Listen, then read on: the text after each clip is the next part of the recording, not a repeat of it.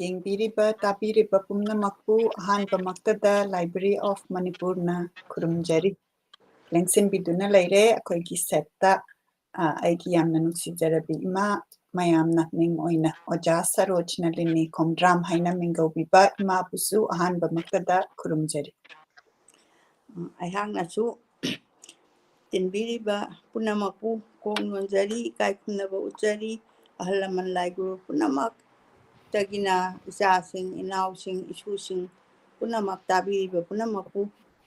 ꯀꯣꯛ ꯅꯣꯟꯖꯔꯤ ꯈꯨꯔꯨꯝꯖꯔꯤ ꯚꯛꯇꯤ ꯀꯠꯆꯔꯤ ꯑꯗꯒꯤ ꯄꯨꯝꯅꯃꯛꯅ ꯀꯗꯥꯏꯗꯒꯤ ꯌꯦꯡꯕꯤꯔꯤꯕꯅꯣ ꯍꯥꯏꯕꯗꯨ ꯁꯣꯏꯗꯅ ꯀꯃꯦꯟꯇ ꯏꯕꯤꯔꯛꯎ ꯑꯗꯨꯒ ꯀꯃꯥꯏꯅ ꯇꯧꯕꯤꯔꯤ ꯍꯥꯏꯕꯗꯨꯁꯨ ꯀꯃꯦꯟꯇ ꯁꯦꯌꯔ ꯇꯧꯕꯤꯔꯛꯎ ꯑꯗꯨꯒ ꯄꯨꯝꯅꯃꯛꯅ ꯑꯩꯈꯣꯏꯒꯤ ꯁꯣꯁꯤꯗ ꯃꯇꯝ ꯀꯥꯏꯊꯣꯛꯄꯤꯔꯀꯥꯟꯗ ꯑꯩꯈꯣꯏ ꯃꯌꯥꯝ ꯁꯦꯇꯔꯗꯦ ꯈꯨꯗꯤꯡꯒꯤ ꯃꯊꯪ ꯅꯥꯏꯅ ꯑꯩꯈꯣꯏꯅ ꯃꯅꯤꯄꯨꯔꯤ ꯂꯤꯇꯔꯦꯆꯔ ꯑꯁꯤ ꯂꯔꯟ ꯇꯧꯃꯤꯟꯅꯁꯤ ꯇꯝꯃꯤꯟꯅꯁꯤ ꯀꯔꯤ ꯂꯩꯔꯤ ꯑꯩꯈꯣꯏꯒꯤ ꯑꯏꯕꯁꯤꯡ ꯑꯏꯕꯤꯁꯤꯡꯅ ꯀꯔꯤ ꯀꯔꯤ ꯏꯕꯤꯔꯝꯃꯤ ꯍꯧꯖꯤꯛ ꯍꯧꯖꯤꯛꯀꯤ ꯑꯣꯊꯔ ꯑꯣꯐ ꯃꯅꯤꯄꯨꯔꯅ ꯀꯅꯥꯅꯣ ꯍꯥꯏꯕꯒꯤ ꯐꯣꯀꯁ ꯇꯧꯖꯔꯀꯥꯟꯗ ꯑꯩꯈꯣꯏꯒꯤ ꯏꯃꯥꯅ ꯂꯝꯖꯤꯡꯕꯤꯔꯒ ꯇꯧꯖꯔꯛꯄ ꯄ꯭ꯔꯣꯒ꯭ꯔꯥꯝꯁꯤꯗ ꯃꯇꯝ ꯀꯥꯏꯊꯣꯛꯄꯤꯔꯀꯥꯟꯗ ꯏꯟꯇꯔꯦꯁ ꯌꯥꯎꯔꯒ ꯑꯩꯈꯣꯏꯒꯤ ꯁꯣ ꯑꯁꯤꯗ ꯌꯦꯡꯕꯤꯕꯒꯤꯗꯃꯛꯇ ꯍꯟꯅ ꯍꯟꯅ ꯊꯥꯒꯠꯆꯔꯤ ꯑꯗꯨꯒ ꯃꯤꯅꯤꯠ ꯑꯃꯇꯪ ꯂꯧꯕꯤꯔꯀꯥꯟꯗ ꯁꯣꯁꯤꯌꯦꯜ ꯃꯤꯗꯤꯌꯥꯗ ꯑꯃꯨꯛꯇꯪ ꯁꯦꯌꯔ ꯇꯧꯕꯤꯌꯨ ꯑꯗꯨ ꯑꯣꯏꯔꯒꯗꯤ ꯑꯩꯈꯣꯏꯅ ꯃꯅꯤꯄꯨꯔꯤ ꯂꯤꯇꯔꯦꯆꯔꯁꯤ ꯍꯦꯟꯅ ꯃꯌꯥꯝꯗ ꯁꯦꯌꯔ ꯇꯧꯕ ꯑꯗꯨ ꯇꯧꯃꯤꯟꯅꯁꯤ ꯑꯩꯁꯨ ꯑꯃꯨꯛꯇꯪ ꯁꯦꯌꯔ ꯇꯧꯖꯒꯦ ꯁꯦꯌꯔ ꯇꯧꯔꯤꯉꯩꯁꯤꯗ ꯏꯃꯥꯅ ꯀꯃꯥꯏꯅ ꯇꯧꯕꯤꯔꯤ ꯍꯥꯏꯕꯗꯣ ꯑꯩꯈꯣꯏ ꯃꯌꯥꯝꯗ ꯑꯃꯨꯛꯇꯪ ꯄꯥꯎꯗꯝꯕꯤꯌꯨ ꯑꯩꯍꯥꯛ ꯇꯁꯦꯡꯅ ꯍꯥꯏꯖꯔꯕꯗ ꯉꯁꯤꯒꯤꯗꯃꯛꯇ ꯇꯝꯖꯔꯕꯗ ꯑꯩꯅ ꯃꯨꯅꯤꯁꯤꯒꯤ ꯃꯇꯥꯡꯁꯦ ꯁꯨꯝ ꯅꯩꯅꯔꯒ ꯍꯥꯟꯅ ꯄꯥꯈꯤꯕ ꯑꯗꯨꯒ ꯃꯌꯥꯝꯅ ꯃꯇꯠ ꯑꯣꯏꯔꯦ ꯍꯥꯏꯅ ꯈꯟꯕꯤꯔꯝꯒꯗ꯭ꯔꯥ ꯑꯗꯨꯗꯤ ꯑꯩ ꯈꯪꯖꯗ꯭ꯔꯦ ꯑꯗꯨꯒ ꯑꯩꯅ ꯃꯨꯅꯤꯁꯤ ꯌꯥꯝꯅ ꯑꯣꯖꯥ ꯇꯣꯝꯕ ꯁꯂꯥꯝꯒꯤ ꯑꯣꯖꯥ ꯏꯕꯨꯡꯉꯣꯅ ꯏꯕꯤꯔꯛꯄꯁꯦ ꯃꯥꯅ ꯈꯨꯗꯣꯜ ꯇꯧꯕꯤꯔꯛꯄꯅꯤ ꯑꯗꯨꯒ ꯂꯣꯏꯅꯅ ꯁꯤꯗꯁꯨ ꯅꯠꯇꯦ ꯑꯣꯖꯥꯒꯤ ꯂꯥꯏꯔꯤꯛꯁꯤ ꯌꯥꯝ ꯏꯈ꯭ꯔꯖꯥꯠꯅꯤ ꯇ꯭ꯔꯥꯟꯁꯂꯦꯁꯟꯗꯒꯤ ꯀꯔꯤꯗꯒꯤ ꯑꯗꯨ ꯈꯔ ꯑꯩꯅ ꯃꯨꯅꯤꯁꯦ ꯍꯥꯟꯅ ꯃꯥꯒꯤ ꯀꯩꯅꯣꯁꯤꯗ ꯃꯁꯥꯒꯤ ꯄꯨꯟꯁꯤ ꯋꯥꯔꯤꯁꯦ ꯌꯥꯝꯅ ꯆꯤꯊꯗꯅ ꯏꯕꯗꯣ ꯌꯥꯝꯅ ꯉꯛꯆꯕ ꯍꯥꯏꯖꯕ ꯇꯥꯔꯦ ꯑꯗꯨ ꯑꯩꯅ ꯄꯥꯏꯈꯠꯆꯕꯅꯤ ꯑꯗꯨꯕꯨ ꯌꯥꯗꯕꯅ ꯖꯍꯦꯔꯥꯒꯤ ꯑꯩꯈꯣꯏꯒꯤ ꯅꯣꯕꯦꯜꯁꯤ ꯈꯔ ꯆꯥꯎꯕꯁꯤꯅ ꯃꯥꯒꯤ ꯂꯣꯏꯁꯟꯐꯝꯁꯦ ꯁꯨꯝ ꯂꯩꯇꯗꯅ ꯑꯩꯅ ꯃꯔꯛꯁꯤꯗ ꯖꯍꯦꯔꯥꯁꯦ ꯅꯍꯥꯟꯒꯤ ꯃꯨꯛꯀꯤ ꯊꯥꯡꯖ ꯅꯨꯃꯤꯠꯁꯤꯗ ꯖꯍꯦꯔꯥꯁꯦ ꯂꯣꯏꯁꯟꯖꯈ꯭ꯔꯦ ꯑꯗꯨꯒ ꯑꯃꯨꯛ ꯑꯣꯖꯥꯒꯤ ꯃꯨꯅꯤꯁꯦ ꯃꯁꯥꯒꯤ ꯄꯨꯟꯁꯤ ꯋꯥꯔꯤꯏꯕ ꯃꯨꯅꯤꯁꯦ ꯁꯨꯝ ꯑꯩꯅ ꯀꯔꯝꯕ ꯆꯦꯞꯇꯔ ꯂꯧꯈꯠꯁꯤꯒꯦ ꯍꯥꯏꯅ ꯑꯩꯅ ꯁꯨꯝ ꯈꯜꯂꯒ ꯁꯨꯝ ꯂꯩꯕꯅꯤ ꯑꯗꯨꯕꯨ ꯉꯁꯤ ꯑꯌꯨꯛꯁꯤꯗ ꯑꯌꯨꯛ ꯉꯟꯇꯥꯁꯤꯗ ꯑꯩ ꯂꯥꯏ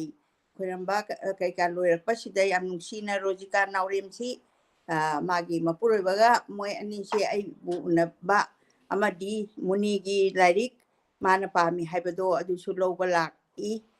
ꯏꯆꯥꯁꯤꯒ ꯉꯁꯤ ꯅꯨꯡꯉꯥꯏꯅ ꯆꯥꯛꯀꯞ ꯑꯃꯃꯝꯇꯪ ꯊꯛꯃꯤꯟꯅꯔꯒ ꯑꯩꯈꯣꯏ ꯋꯥꯔꯤ ꯁꯥꯟꯅꯕ ꯑꯗꯨꯒ ꯂꯣꯏꯅꯅ ꯔꯣꯖꯤꯀꯥ ꯅꯥꯎꯔꯦꯝꯅ ꯌꯥꯝꯅ ꯃꯥꯁꯨ ꯌꯥꯝꯅ ꯑꯏꯕꯤ ꯃꯥꯁꯨ ꯃꯅꯤꯄꯨꯔꯤ ꯌꯨꯅꯤꯚꯔꯁꯤꯇꯤꯗ ꯃꯅꯤꯄꯨꯔꯤ MA ꯑꯣꯏꯔꯒ ꯌꯥꯝꯅ ꯂꯥꯏꯔꯤꯛ ꯍꯩꯕꯤ ꯍꯥꯏꯕ ꯇꯥꯔꯦ DPhilꯒ MPhilꯒ ꯂꯣꯏꯅ ꯇꯝꯃꯀꯥꯟꯗ ꯃꯥ ꯍꯧꯖꯤꯛ ꯀꯩꯅꯣꯗ ꯏꯕꯣꯇꯣꯟ ꯁꯅꯥ ꯒꯥꯔꯜ ꯍꯥꯌꯔ ꯁꯦꯀꯦꯟꯗꯔꯤꯗ ꯑꯣꯖꯥꯒ ꯑꯣꯏꯗꯅ ꯑꯦꯂꯥꯡꯕꯝ ꯗꯤꯅꯃꯅꯤꯒꯤ ꯋꯥꯔꯤ ꯃꯆꯥ ꯅꯩꯅꯕ ꯑꯩꯅ ꯑꯃ ꯐꯣꯡꯉꯒ ꯂꯩꯔꯝꯃꯤ ꯅꯩꯅꯔꯣꯏꯁꯤ ꯈꯤꯇꯪ ꯇꯥꯡꯕꯅꯤ ꯃꯅꯤꯄꯨꯔꯗ ꯑꯩ ꯃꯤꯌꯥꯝ ꯃꯐꯝꯗ ꯏꯆꯥ ꯔꯣꯖꯤꯀꯥ ꯅꯥꯎꯔꯦꯝꯅ ꯈꯨꯗꯣꯜ ꯇꯧꯕꯤꯔꯛꯄ ꯑꯣꯖꯥ ꯗꯤꯅꯃꯅꯤꯒꯤ ꯑꯦꯂꯥꯡꯕꯝ ꯗꯤꯅꯃꯅꯤꯒꯤ ꯋꯥꯔꯤ ꯃꯆꯥ ꯅꯩꯅꯕꯁꯦ ꯁꯤ ꯃꯥꯅ ꯏꯔꯒ ꯐꯣꯡꯕ ꯑꯗꯨꯅ ꯌꯥꯝ ꯐꯖꯈ꯭ꯔꯕ ꯃꯇꯥꯡ ꯂꯣꯏꯅꯃꯛ ꯌꯥꯎꯔꯦ ꯑꯣꯖꯥ ꯗꯤꯅꯃꯅꯤꯒꯤ ꯍꯣꯜ ꯃꯥꯒꯤ ꯑꯩꯈꯣꯏ ꯅꯨꯄꯤꯒꯤ ꯃꯐꯝꯗ ꯑꯣꯖꯥꯅ ꯎꯠꯅꯤꯡꯉꯤꯕꯁꯦ ꯃꯥꯅ ꯐꯖꯅ ꯅꯩꯅꯔꯦ ꯁꯤꯃꯁꯨ ꯑꯩꯅ ꯅꯣꯡꯃꯗꯤ ꯃꯥꯒꯤ ꯃꯇꯥꯡ ꯆꯥꯕꯗ ꯑꯣꯖꯥ ꯗꯤꯅꯃꯅꯤꯒꯤ ꯑꯩꯅ ꯄꯥꯖꯈ꯭ꯔꯕ ꯑꯩꯈꯣꯏꯒꯤ ꯍꯩꯀ꯭ꯔꯨ ꯀꯩꯅꯣ ꯀꯦꯒꯦ ꯃꯈꯣꯡꯒꯤ ꯁꯥꯔꯇꯤꯐꯤꯀꯦꯠ ꯍꯥꯏꯕ ꯌꯥꯝ ꯅꯨꯡꯉꯥꯏꯕ ꯋꯥꯔꯤ ꯑꯃꯁꯨ ꯄꯥꯈ꯭ꯔꯦ ꯑꯗꯨꯗꯩꯗꯨꯗ ꯑꯩꯈꯣꯏ ꯃꯅꯤꯄꯨꯔꯒꯤ ꯆꯞ ꯆꯥꯅ ꯇꯧꯔꯤꯕ ꯃꯌꯥꯝꯁꯦ ꯐꯖꯅ ꯎꯠꯄ ꯑꯗꯨꯒ ꯂꯣꯏꯅꯅ ꯏꯕꯦꯝꯃꯁꯤꯅ ꯅꯩꯅꯕ ꯃꯇꯥꯡꯗꯗꯤ ꯍꯣꯜ ꯂꯥꯏꯔꯤꯛꯁꯦ ꯑꯣꯖꯥꯒꯤ ꯂꯥꯏꯔꯤꯛꯁꯤꯡꯁꯦ ꯂꯣꯏꯅꯃꯛ ꯀꯣꯠ ꯇꯧꯔꯒ ꯅꯩꯅꯩ ꯑꯗꯣ ꯃꯁꯤꯒꯤꯁꯨ ꯑꯩꯅ ꯅꯣꯡꯃ ꯑꯩꯈꯣꯏꯒꯤ ꯀꯩꯅꯣꯁꯦ ꯂꯥꯏꯕ꯭ꯔꯦꯔꯤꯁꯤꯗ ꯊꯝꯖꯟꯅꯕꯒꯤꯗꯃꯛꯇ ꯃꯁꯤ ꯑꯩꯍꯥꯛꯅ ꯅꯩꯅꯕꯗꯤ ꯍꯧꯖꯔꯕꯅꯤ ꯑꯩ ꯂꯥꯏꯔꯤꯛ ꯎ ꯌꯥꯗꯕꯅꯤ ꯑꯗꯨ ꯉꯁꯥꯏ ꯑꯩꯅ ꯈꯔ ꯈꯟꯒꯠꯂꯒ ꯅꯩꯅꯕꯗꯨ ꯐꯖꯅ ꯅꯩꯅꯩ ꯏꯕꯦꯝꯃꯒꯤꯁꯦ simatang miyam mafam dai na uchaning da na uchabaning asigi numit asida ado mathang sumaina leijari haijaba tare yam nungai imana share tawbirakpagi ai photo si amtang share tawrake yam nungai akoina literature gi sida horakpasida akoina audience haijaba tare ko yengbiriba pumnamak siga connection tawbasi yamna nungai aduga writer oibiramba haiba tare ko imana ngasi phongtokpirise magi photo unabagi photo se ai amtang pukhatjarake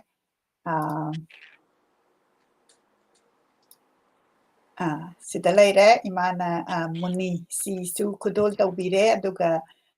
mana iram ibiba lairik imana utpatusu madugi mamini masida share tawzarisi dagi akoigi momento amasu imana pibibasi ubayam nungai aduga family ga lakminabagi picture ni amna nungsiba akoigi community ama sagatminarakanda sumaina unai haibagi photo si aina Manipur legislature masigi Circle of Manipuri Literature Lover haibetare ko masi chauthok rakpasi yamna nungaiba ni haina aina khanje adagi amana imana huziki ibi bahaitare ko writer gi maramda ibi rakpasi amna tabada nungai akoina writer sing si thigalakpa kanda mai maramda khangningakpase masi ibirambase aduga aina hujiki yamna idinamani singi irakpasida akoigi university na kamaina pusala ino ina in khanbada akoina na hansigi larikse aina uchakredana kano hizamangang halgi maramda idinamani na singna ibasi hujik amok idinamani gi maramda ibalarik amamok laireba amta upiro ima amta yengona sigi chana bahaidi mathang sumaina aina as akoi pabung si una horaga sumagi maramda muk khangningakpa aingonda wakhan lakpa duda sumaina larik amamok imagi manakta muk thungbire ibiramba ibiba author masamak ka amuk connection phangbaduni masigi ke haitare connection do chana na phangbaduni aina yam harauna me hamda tamjarise masi isona piba kanoni thogdangni aina aidi logjai kaginoida aina ngasi si lai si phangni hayeng phangni haibagi dream amata leiba nate suddenly chaibe madu laika phajana iraga ma angangni yamna ado angang oijari ma 1963 da pokpani 19 kainoda 81 da poeba nupi jase rojikase mamanga maninga tang utpiro aduga haipet maningi author gi maram da sum tang pabi raga dinungai ga adubu ai magi du takpa numit amada pajarage yansanara roisi aduna kanu mutu ngasidi aina munida thamgrabani na magi damta tonganba numit amada magi maramse kitang sugaina ira oina ina haigraba thindokpa get phok thokpada kitang sugaide mai du yang ngallingai da ibani aduna latest ki mana tamiba mahai aduga mayamda inspire tawbo oina tabiriba angang singsu yaurongani aduna oja ma oiraga penthoga leitabado ma government ko kaino ni higher secondary ni oirido ado ma penthoga leite ado mana thijandana tawrise akoina yokhatpham thoi haiba do ai thamjage aduga magi maramse hujik pagiroi ai maramdi mawondagi ama biodata latest biodata tharo ai nomadi pagani haijagre ado mayam da aina ngasidi lan thokcheraroi ngapigani yam nungaire haidi akoina ngasaigi connection do hizamangang hal singi maramdana amok elangbam dinamani singna ibiramakanda elangbam dinamani singi amok chongthokpirakanda sine ba akoina writer singi chongthokpiraga ibirakpa haitare ko love for literature adugi lehobaduni ngasigi yamna surprise moment haibatare adagi aina masigi pau yam nungaiba mana akoigi ngasi feature tawjagadoriba author mingoina panjarabada Oja Salam Tomba magi lariksi aingonda Manipurda phangakanda aigi team na Hummingbird team na thabirakpani posta aingonda yaujare larik mayam si masigi larik sing si aina imana paraba matungda ai mathang ucharake aduga yamna nungai ba aingonda posta masi phange aduga aina muk English ta leiba book sing ne aingonda thabira isina masi pabagi opportunity si leire aduna masi gi nungai ba pau asi mayam da share tau rakanda imada sinajarage imana ngasigi program asi hobinabagi damakta Punamapu mukatsu hana nolukjari bhakti kachari khwiramjari loina na akhoi muni gi ojagi muni si mayam punamangna miyamna masi aingonda gi larik manga amasu aisi larik yonba amasu oire muni si parubadagi ningsingwari se aduna Rojika Nauremsu ngasi loba lae na ina haije mayamda hangatari bado aduna ningsingwari se magi punsida hek thokibado adugi yam fajana iba aduna apai bada saina ama yawe la loiram daidi oire ojai se aina chapter si amna continuously pa bada kitang yam nungai ba khalla kanda su oina pajare ngapi ni aduga laik si phangbani na Manipurda masi adum laura kanda pahaning bado aduna apai bada sai che 1963 ni 63 se aina metric thaba kumni ojaga ai khoi ga che adum kainoni class he manana chatpa ni ai 1963 da ai metric kaino tawi ada aingonda ta kiba da sa do ai hojarage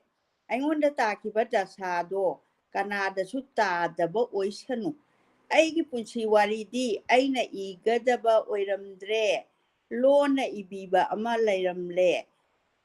kabi kangjam Padma Kumar na hairambadu onthong na chungkhre haina khali punsibu aina oihaningba mawongda semgani khaliba misakto khwaidagi panglaba misakni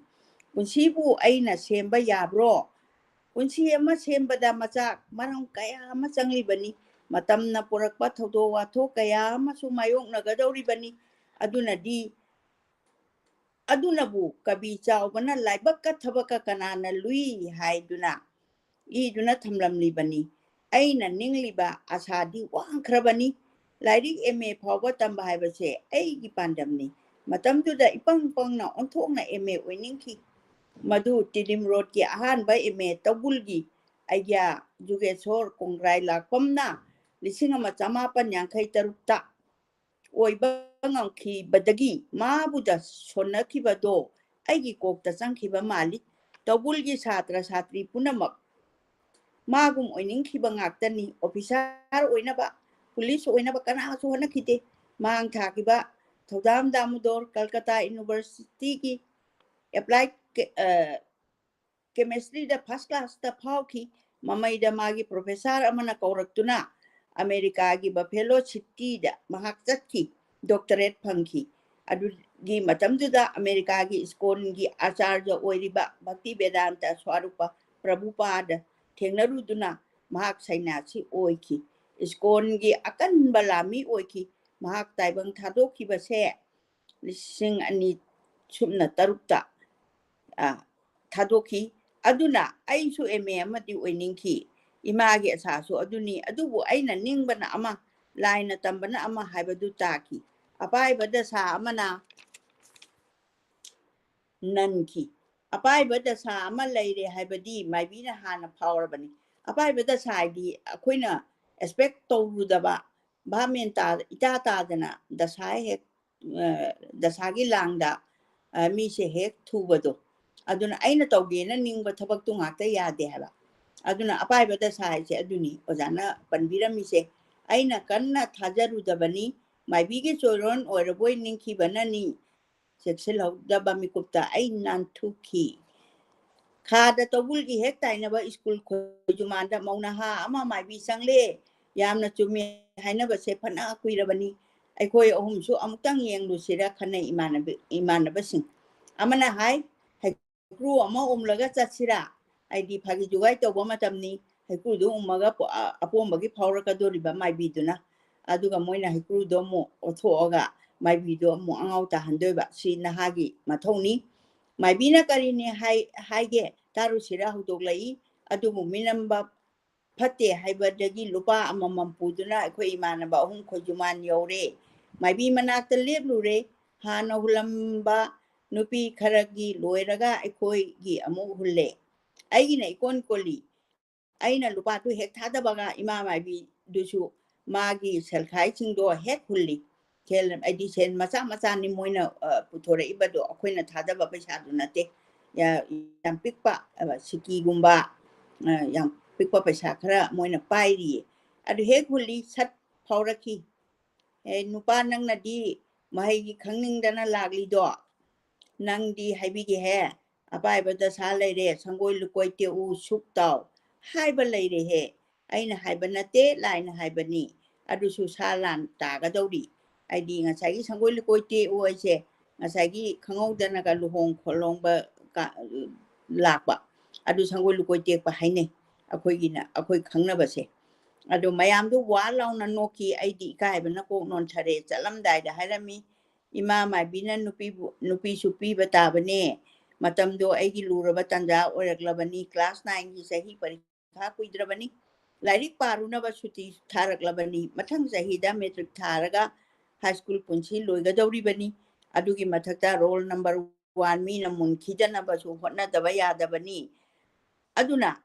ꯑꯩ English ꯄꯥꯕꯒꯤ ꯃꯊꯛꯇ ꯑꯪꯀ mechanics ꯀꯟꯅ ꯍꯣꯠꯂꯤꯕꯅꯤ ꯑꯩꯒꯤ ꯋꯥꯈꯜꯁꯨ ꯂꯩꯆꯤꯟ ꯄꯛꯇ꯭ꯔꯕ ꯑꯇꯤꯌꯥ ꯑꯣꯜꯂꯛꯂꯕꯅꯤ ꯍꯥꯏꯗꯤ ꯑꯁꯨꯛꯀꯤ ꯃꯇꯤꯛ ꯁꯦꯡꯉꯕ ꯃꯨꯅꯤꯒꯤ ꯅꯨꯡꯁꯤꯕ ꯑꯇꯨꯝꯕ ꯃꯩꯒꯤ ꯆꯤꯡꯒꯨꯝ ꯊꯃꯣꯏꯗ ꯇꯨꯝꯂꯤ ꯁꯝꯁꯥꯡꯕꯤꯒꯤ ꯋꯥꯁꯨ ꯂꯣꯏꯔꯦ ꯃꯥꯒꯤ ꯊꯃꯣꯏꯅ ꯑꯩꯒꯤ ꯖꯣꯏ ꯇꯧꯈ꯭ꯔꯦ ꯑꯍꯜꯁꯤꯡ ꯊꯥꯔꯛꯎ ꯍꯥꯏꯗꯨꯅ ꯋꯥꯗꯨꯗ ꯂꯣꯏꯅ ꯌꯥꯎꯈ꯭ꯔꯦ ꯑꯗꯨꯅ ꯃꯥꯒꯤ ꯄꯔꯕ ꯂꯣꯏꯔꯦ ꯂꯩꯃꯥꯡꯗ ꯑꯩ ꯋꯥꯁꯛꯈ꯭ꯔꯦ ꯃꯥꯅ ꯐꯅ ꯑꯍꯜ ꯊꯥꯔꯛꯎ ꯍꯥꯏꯔꯕꯁꯨ ꯆꯍꯤ ꯃꯇꯥꯡꯗꯨꯗ ꯑꯩꯒꯤ ꯁꯛꯇꯤ ꯂꯩꯇꯦ ꯋꯥꯍꯩꯗꯨ ꯏꯃꯥꯗ ꯇꯝꯂꯨꯕ ꯉꯝꯕꯒꯤ ꯑꯩꯒꯤ ꯄꯥꯡꯒꯜꯁꯨ ꯂꯩꯇꯦ ꯊꯥꯡꯅ ꯌꯥꯟꯒꯦ ꯑꯗꯨꯝ ꯍꯥꯏꯔꯛꯀꯅꯤ ꯈ꯭ꯋꯥꯏꯗꯒꯤ ꯂꯨꯔꯤꯕꯗꯤ ꯑꯩ ꯃꯇꯝ ꯆꯥꯗ꯭ꯔꯤ ꯑꯩ ꯏꯍꯩ ꯇꯝꯈꯤꯅꯤ ꯑꯩ MA ꯐꯥꯎꯕ ꯇꯝꯈꯤꯅꯤ ꯃꯁꯤꯅ ꯋꯥ ꯂꯣꯏꯔꯦ ꯑꯩꯅ ꯁꯥꯒꯠꯆꯔꯛꯂꯤꯕ ꯑꯁꯥꯗꯤ MA ꯂꯣꯏꯔꯒ ꯃꯨꯅꯤꯒꯤ ꯃꯥꯡꯗ ꯂꯦꯞꯂꯨꯕ ꯑꯁꯤꯅꯤ ꯃꯨꯅꯤꯁꯤ ꯑꯣꯖꯥꯅ ꯌꯥꯝ ꯈꯟꯖꯕ ꯃꯇꯝꯗꯨꯗ ꯑꯩ ꯏꯀꯥꯏꯔꯔꯣꯏ ꯍꯦꯛꯇ ꯍꯪꯒꯅꯤ ꯇꯧꯕꯨꯜꯒꯤ ꯏꯃꯥꯟꯅꯕꯤꯗ ꯅꯪꯅ ꯆꯣꯏ ꯍꯥꯏꯔꯛꯈꯤꯕꯗꯣ ꯑꯥꯔꯊ ꯀꯔꯤꯅꯣ ꯑꯗꯨꯒ ꯅꯣꯛꯐꯦꯠꯇ ꯇꯧꯔꯒ ꯋꯥ ꯑꯃ ꯄꯥꯎꯈꯨꯝ ꯑꯃ ꯄꯤꯔꯛꯈꯤꯗꯕꯅ ꯀꯔꯤ ꯍꯥꯏꯔꯤꯅꯣ ꯅꯪ ꯊꯃꯣꯏ ꯄꯥꯟꯗꯦ ꯅꯪ ꯃꯤꯅꯨꯡꯁꯤ ꯈꯪꯗꯦ ꯅꯪꯕꯨ ꯑꯩꯅ ꯅꯤꯡꯖꯔꯛꯄꯗꯤ ꯑꯍꯥꯟꯕ ꯀ꯭ꯂꯥꯁ 3ꯗ ꯎꯈꯤꯕ ꯃꯤꯀꯨꯞ ꯑꯗꯨꯗꯒꯤꯅꯤ ꯑꯗꯨꯕꯨ ꯅꯪꯅ ꯉꯁꯤ ꯐꯥꯎꯕꯗ ꯁꯦꯃꯥꯏ ꯍꯥꯏꯕꯤꯗꯅ ꯂꯩꯔꯤ ꯑꯗꯨꯅ ꯉꯁꯤꯗꯤ ꯑꯁꯦꯡꯕ ꯑꯃ ꯍꯥꯏꯕꯤꯔꯣ ꯏꯈꯣꯡꯅ ꯊꯣꯡꯅ ꯂꯥꯛꯂꯤꯕꯁꯤꯅꯤ ꯑꯩꯅ ꯃꯇꯝꯗꯨꯗ ꯍꯥꯏꯔꯨꯒꯗꯧꯔꯤꯕꯅꯤ ꯑꯣꯖꯥꯒꯤ ꯏꯃꯥꯖꯤꯅꯦꯁꯟꯅꯤꯀꯣ ꯍꯥꯏꯗ꯭ꯔꯤꯕꯅꯤ ꯃꯈꯣꯏ ꯁ꯭ꯀꯨꯜꯗ ꯆꯠꯂꯒ ꯎꯅꯕꯗ ꯑꯁꯨꯝꯅ ꯃꯪꯒ ꯇꯥꯏꯕꯪꯒ ꯆꯌꯦꯠꯅꯔꯤꯉꯩꯗ ꯄꯔꯤꯈꯥ 5ꯅꯤꯗ ꯉꯥꯏꯗꯨꯅ ꯃꯩ ꯏꯁꯤꯡ ꯈꯪꯂꯛꯇꯕ ꯇꯥꯟꯖꯥ ꯑꯌꯨꯛꯇ ꯅꯨꯡꯁꯥ ꯈꯔ ꯁꯥꯕ ꯍꯧꯔꯛꯂꯕ ꯅꯨꯃꯤꯠ ꯃꯥꯡꯒꯣꯜ ꯃꯌꯥ ꯌꯧꯔꯛꯄ ꯃꯇꯝꯗꯨꯗ ꯑꯩ ꯃꯥꯡꯒꯣꯜ ꯐꯃꯦꯟꯗ ꯎꯞꯇꯨꯅ ꯂꯥꯏꯔꯤꯛ ꯑꯃ ꯀꯟꯅ ꯄꯥꯔꯤ ꯇꯥꯟꯖꯥ ꯑꯗꯨꯗ ꯑꯩꯈꯣꯏ ꯏꯇꯩꯃꯅ ꯁꯨꯃꯥꯡꯗ ꯆꯠꯇꯨꯅ ꯉꯥꯡꯂꯤ ꯇꯣꯝꯕ ꯌꯣꯡꯆꯥꯛ ꯆꯥꯁꯤ ꯌꯣꯡꯆꯥꯛ ꯍꯦꯛꯎ ꯑꯃꯨꯛ ꯍꯥꯏꯕ ꯐꯥꯎꯕ ꯑꯩ ꯊꯧꯁꯥꯔꯝꯗꯦ ꯑꯅꯤꯔꯛ ꯑꯍꯨꯝꯂꯛ ꯍꯥꯏꯔꯗꯨꯗꯗꯤ ꯑꯩꯁꯨ ꯍꯣꯏ ꯍꯥꯏꯈ꯭ꯔꯦ ꯇꯥꯟꯖꯥ ꯑꯗꯨꯗ ꯏꯆꯦꯒꯤ ꯃꯆꯥ ꯑꯗꯨꯗꯤ ꯊꯥꯡꯒꯣꯜ ꯄꯥꯏꯗꯨꯅ ꯂꯥꯛꯂꯣ ꯀꯥꯔꯔꯣ ꯍꯥꯏꯔꯔꯦ ꯏꯆꯦꯒꯤ ꯃꯆꯥ ꯄꯜꯂꯕꯅꯤꯅ ꯃꯥꯒꯤ ꯋꯥ ꯈꯔꯗꯪ ꯑꯃꯨꯛ ꯄꯜꯂꯝꯗꯕ ꯌꯥꯗ꯭ꯔꯦ ꯏꯆꯦ ꯑꯍꯜꯒꯤ ꯃꯆꯥꯅꯨꯄꯥꯅꯤ ꯏꯆꯦꯒ ꯏꯕꯥꯏꯒꯅ ꯑꯩꯈꯣꯏꯗ ꯏꯕꯣꯛꯅ ꯀꯧꯁꯤꯟꯗꯨꯅ ꯊꯝꯕ ꯃꯇꯝꯗꯨꯗ ꯃꯥꯁꯨ ꯑꯩꯗꯤ ꯏꯟꯗꯣꯝꯆꯥꯒ ꯂꯩꯅꯤ ꯍꯥꯏꯗꯨꯅ ꯏꯟꯅꯔꯛꯄꯅꯤ ꯉꯁꯥꯏ ꯅꯨꯄꯥꯃꯆꯥꯗꯣ ꯃꯇꯩ ꯑꯍꯜꯒꯤ ꯃꯆꯥꯅꯤ ꯃꯆꯦꯒꯤ ꯄꯤꯕꯥ ꯌꯥꯎꯗꯦ ꯅꯤꯡꯉꯣꯜ ꯑꯅꯤꯗꯅꯤ ꯑꯗꯨꯅ ꯃꯆꯥ ꯁꯛꯅ ꯄꯤꯁꯛ ꯄꯤꯛꯂꯤꯉꯩꯗꯒꯤ ꯏꯆꯦꯅ ꯌꯣꯛꯂꯛꯄꯅꯤ ꯍꯧꯖꯤꯛꯇꯤ ꯄꯥꯈꯪ ꯐꯥꯗꯨꯅ ꯅꯨꯄꯤ ꯊꯤꯔꯨꯕ 5ꯅꯤꯗ ꯉꯥꯏꯔꯤꯕꯅꯤ ꯃꯥꯗꯤ ꯂꯥꯏꯔꯤꯛ ꯇꯝꯕ ꯇꯣꯛꯈ꯭ꯔꯦ ꯏꯇꯩꯃꯅ ꯉꯥꯡꯕ ꯃꯇꯝꯗꯨꯗ ꯃꯍꯥꯛ ꯀꯥꯡꯈꯜ ꯑꯍꯟꯕ ꯈꯟꯅꯅꯕ ꯁꯤꯡꯃꯤꯠ ꯏꯠꯇꯨꯅ ꯑꯩꯈꯣꯏ ꯁꯨꯃꯥꯡꯗ ꯂꯩꯕꯅꯤ ꯑꯗꯨꯗ ꯏꯇꯩꯃꯅ ꯑꯩꯈꯣꯏꯅꯤꯃꯛ ꯇꯥꯅꯕ ꯃꯤꯡ ꯑꯅꯤ ꯇꯨꯅ ꯀꯧꯔꯤꯕꯅꯤ ꯇꯣꯝꯕ ꯁꯨꯃꯥꯡ ꯄꯨꯜꯂꯤ ꯁꯝꯅꯩ ꯃꯍꯥꯛꯅ ꯆꯍꯤ ꯍꯜꯂꯤ ꯑꯗꯨꯝ ꯀꯣꯏꯃꯤꯟꯅꯩ ꯆꯠꯃꯤꯟꯅꯩ ꯁꯝꯁꯥꯡꯕꯤ ꯈꯣꯏꯗ ꯅꯣꯡꯃ ꯑꯩꯈꯣꯏ 3 ꯄꯨꯟꯅ ꯊꯣꯡ ꯅꯝꯃꯨꯕꯁꯨ ꯃꯥꯁꯨ ꯌꯥꯎꯔꯤꯕꯅꯤ ꯃꯈꯥ ꯇꯥꯕꯁꯨ ꯃꯥꯅ ꯑꯗꯨꯝ ꯁꯝꯊꯈ꯭ꯔꯤꯕꯅꯤ ꯃꯥꯅ ꯊꯣꯡꯒꯥꯟꯗ ꯄꯨꯔꯛꯂꯕꯅꯤꯅ ꯑꯩ ꯍꯧꯒꯠꯇꯕ ꯌꯥꯗ꯭ꯔꯦ ꯂꯥꯏꯔꯤꯛ ꯈꯨꯝꯖꯤꯜꯂꯝꯂꯦ ꯍꯧꯒꯠꯂꯦ ꯌꯣꯡꯆꯥꯛ ꯄꯥꯝꯕꯤ ꯃꯅꯥꯛꯇ ꯆꯠꯂꯦ ꯎ ꯀꯥꯕ ꯍꯥꯏꯕꯁꯦ ꯑꯩꯒꯤ ꯏꯊꯧꯅꯤ ꯑꯩꯗꯅ ꯀꯥꯏ ꯑꯩ ꯎ ꯀꯥꯕ ꯀꯤꯒꯟꯗꯦ ꯃꯥꯗꯤ ꯀꯥꯕ ꯍꯩꯇꯦ ꯑꯗꯨꯅ ꯃꯥꯅ ꯄꯣꯂꯥꯡꯈꯣꯛ ꯂꯧꯊꯣꯛꯇꯨꯅ ꯊꯥꯡꯒꯣꯜꯗꯨ ꯃꯇꯣꯟꯗ ꯊꯤꯡꯖꯤꯜꯂꯒ ꯄꯨꯔꯛꯂꯦ ꯑꯩꯅ ꯋꯥꯔꯛꯇ ꯍꯧꯔꯤꯕ ꯌꯣꯡꯆꯥꯛꯇꯨ ꯅꯞꯇꯨꯅ ꯇꯪꯈꯥꯏ ꯆꯟꯕ ꯐꯥꯎꯕ ꯀꯥꯔꯕ ꯃꯇꯝꯗ ꯃꯥꯅ ꯊꯥꯡꯒꯣꯜ ꯑꯗꯨ ꯄꯤꯈꯠꯂꯛꯂꯦ ꯑꯩꯁꯨ ꯀꯥꯔꯣꯡ ꯑꯃꯗ ꯂꯦꯞꯐꯝ ꯆꯥꯅ ꯂꯦꯞꯂꯒ ꯌꯣꯡꯆꯥꯛ ꯆꯔꯣꯡ ꯐꯖꯕ ꯑꯃ ꯌꯦꯡꯂꯤ ꯑꯩꯈꯣꯏꯒꯤ ꯌꯣꯡꯆꯥꯛꯇꯨ ꯂꯩꯀꯥꯏꯗ ꯃꯃꯤꯡ ꯆꯠꯂꯤ ꯍꯥꯎꯕꯗ ꯎꯂꯤꯕꯒ ꯍꯧꯐꯝꯗꯨ ꯅꯨꯡ ꯂꯩꯉꯣꯏ ꯇꯥꯕꯒ ꯇꯣꯡꯁꯨ ꯇꯣꯡꯕ ꯃꯇꯥꯡꯗꯨꯗ ꯑꯩꯅ ꯅꯣꯡꯊꯛ ꯌꯦꯡꯂꯤꯉꯩꯗ ꯃꯍꯥꯛ ꯀꯝꯗꯧꯅ ꯃꯥꯡꯂꯨꯕꯅꯣ ꯃꯌꯨꯝ ꯆꯠꯂꯨꯕꯅꯣ ꯑꯩ ꯈꯪꯍꯧꯗ꯭ꯔꯦ ꯑꯗꯨꯒꯗꯤ ꯄꯔꯞ ꯄꯔꯞ ꯂꯥꯛꯂꯒ ꯍꯥꯏꯔꯔꯦ ꯁꯝꯁꯥꯡꯕꯤ ꯂꯥꯛꯍꯧꯋꯦ ꯑꯩꯈꯣꯏ ꯅꯨꯄꯤꯒ ꯐꯝꯃꯤꯟꯅꯍꯧꯔꯤ ꯑꯩꯈꯣꯏ ꯅꯨꯄꯤꯒ ꯐꯝꯃꯤꯟꯅꯍꯧꯔꯤ ꯑꯩ ꯀꯧꯊꯣꯛꯂꯨꯔꯅꯤ ꯑꯩꯅ ꯄꯥꯈꯠꯄ ꯑꯃ ꯌꯥꯎꯅ ꯈꯣꯡꯈꯤ ꯍꯥꯏ ꯃꯥꯒꯤ ꯃꯤꯡ ꯄꯜꯂꯒ ꯌꯥꯗꯦꯀꯣ ꯑꯩ ꯃꯥꯒ ꯌꯥꯅꯗ꯭ꯔꯤ ꯑꯩ MA ꯐꯥꯎꯕ ꯇꯝꯈꯤꯅꯤ ꯅꯨꯄꯤ ꯊꯤꯍꯩꯔꯣꯏ ꯌꯥꯗꯦꯀꯣ ꯑꯩꯅ ꯈꯣꯡꯈ꯭ꯔꯤꯕꯗꯨ ꯌꯣꯡꯆꯥꯛꯁꯨ ꯊꯥꯡꯒꯣꯜꯅ ꯀꯣꯠꯂꯒ ꯎꯔꯨ ꯎꯔꯨ ꯂꯩꯔꯤꯕꯅꯤ ꯑꯩꯅꯁꯨ ꯀꯌꯥ ꯂꯨꯅ ꯂꯧꯔꯨꯗꯦ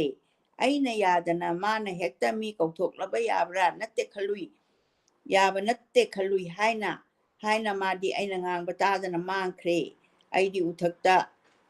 ꯊꯧꯑꯣꯏꯗꯅ ꯆꯔꯣꯡ ꯑꯃꯒ ꯍꯦꯛꯅꯕ ꯍꯣꯠꯅꯔꯤ ꯑꯗꯨꯗꯒꯤꯗꯤ ꯑꯩꯈꯣꯏ ꯏꯇꯩꯃꯗꯨ ꯑꯃꯨꯛ ꯆꯦꯜꯂꯛꯂꯦ ꯑꯗꯨꯒ ꯍꯥꯏꯔꯔꯦ ꯍꯥꯏ ꯇꯣꯝꯕ ꯌꯣꯡꯆꯥꯛ ꯂꯥꯏꯔꯤ ꯀꯩꯅꯣꯝꯃ ꯇꯧꯍꯧꯔꯦ ꯊꯨꯅ ꯀꯨꯝꯊꯔꯛꯎ ꯑꯩ ꯁ꯭ꯋꯥꯏ ꯂꯥꯎꯈ꯭ꯔꯦ ꯇꯧꯔꯝꯕ ꯇꯥꯔꯦ ꯈꯟꯅ ꯄꯥꯈꯠꯅ ꯆꯩꯗꯨ ꯂꯥꯛꯇꯨꯅ ꯂꯪꯊꯈ꯭ꯔꯒ ꯑꯩ ꯀꯨꯝꯊꯔꯛꯂꯦ ꯆꯨꯝꯅ ꯀꯨꯝꯕꯒ ꯅꯠꯈꯤꯗ꯭ꯔꯦ ꯁꯤꯊꯔꯛꯄꯅꯤ ꯑꯩ ꯊꯨꯅ ꯆꯦꯜꯂꯦ ꯑꯗꯨꯒꯗꯤ ꯃꯈꯣꯏꯅꯤ ꯆꯤꯡꯅꯗꯨꯅ ꯂꯩꯔꯝꯃꯦ ꯅꯨꯄꯤꯗꯨꯕꯨ ꯌꯥꯅꯅꯕ ꯁꯥꯏꯖꯤꯟ ꯉꯥꯈꯠꯄ ꯌꯨꯝꯕꯤꯗꯨꯁꯨ ꯅꯨꯄꯤꯗꯨꯅ ꯌꯥꯟꯕꯗ ꯁꯥꯏꯖꯤꯟ ꯉꯥꯈꯠꯄ ꯌꯨꯝꯕꯤꯗꯨꯁꯨ ꯇꯨꯔꯝꯂꯦ ꯑꯩ ꯀꯩꯗꯧꯅꯤ ꯈꯟꯕ ꯅꯪꯈꯤꯗ꯭ꯔꯦ ꯌꯥꯎꯔꯨꯔꯦ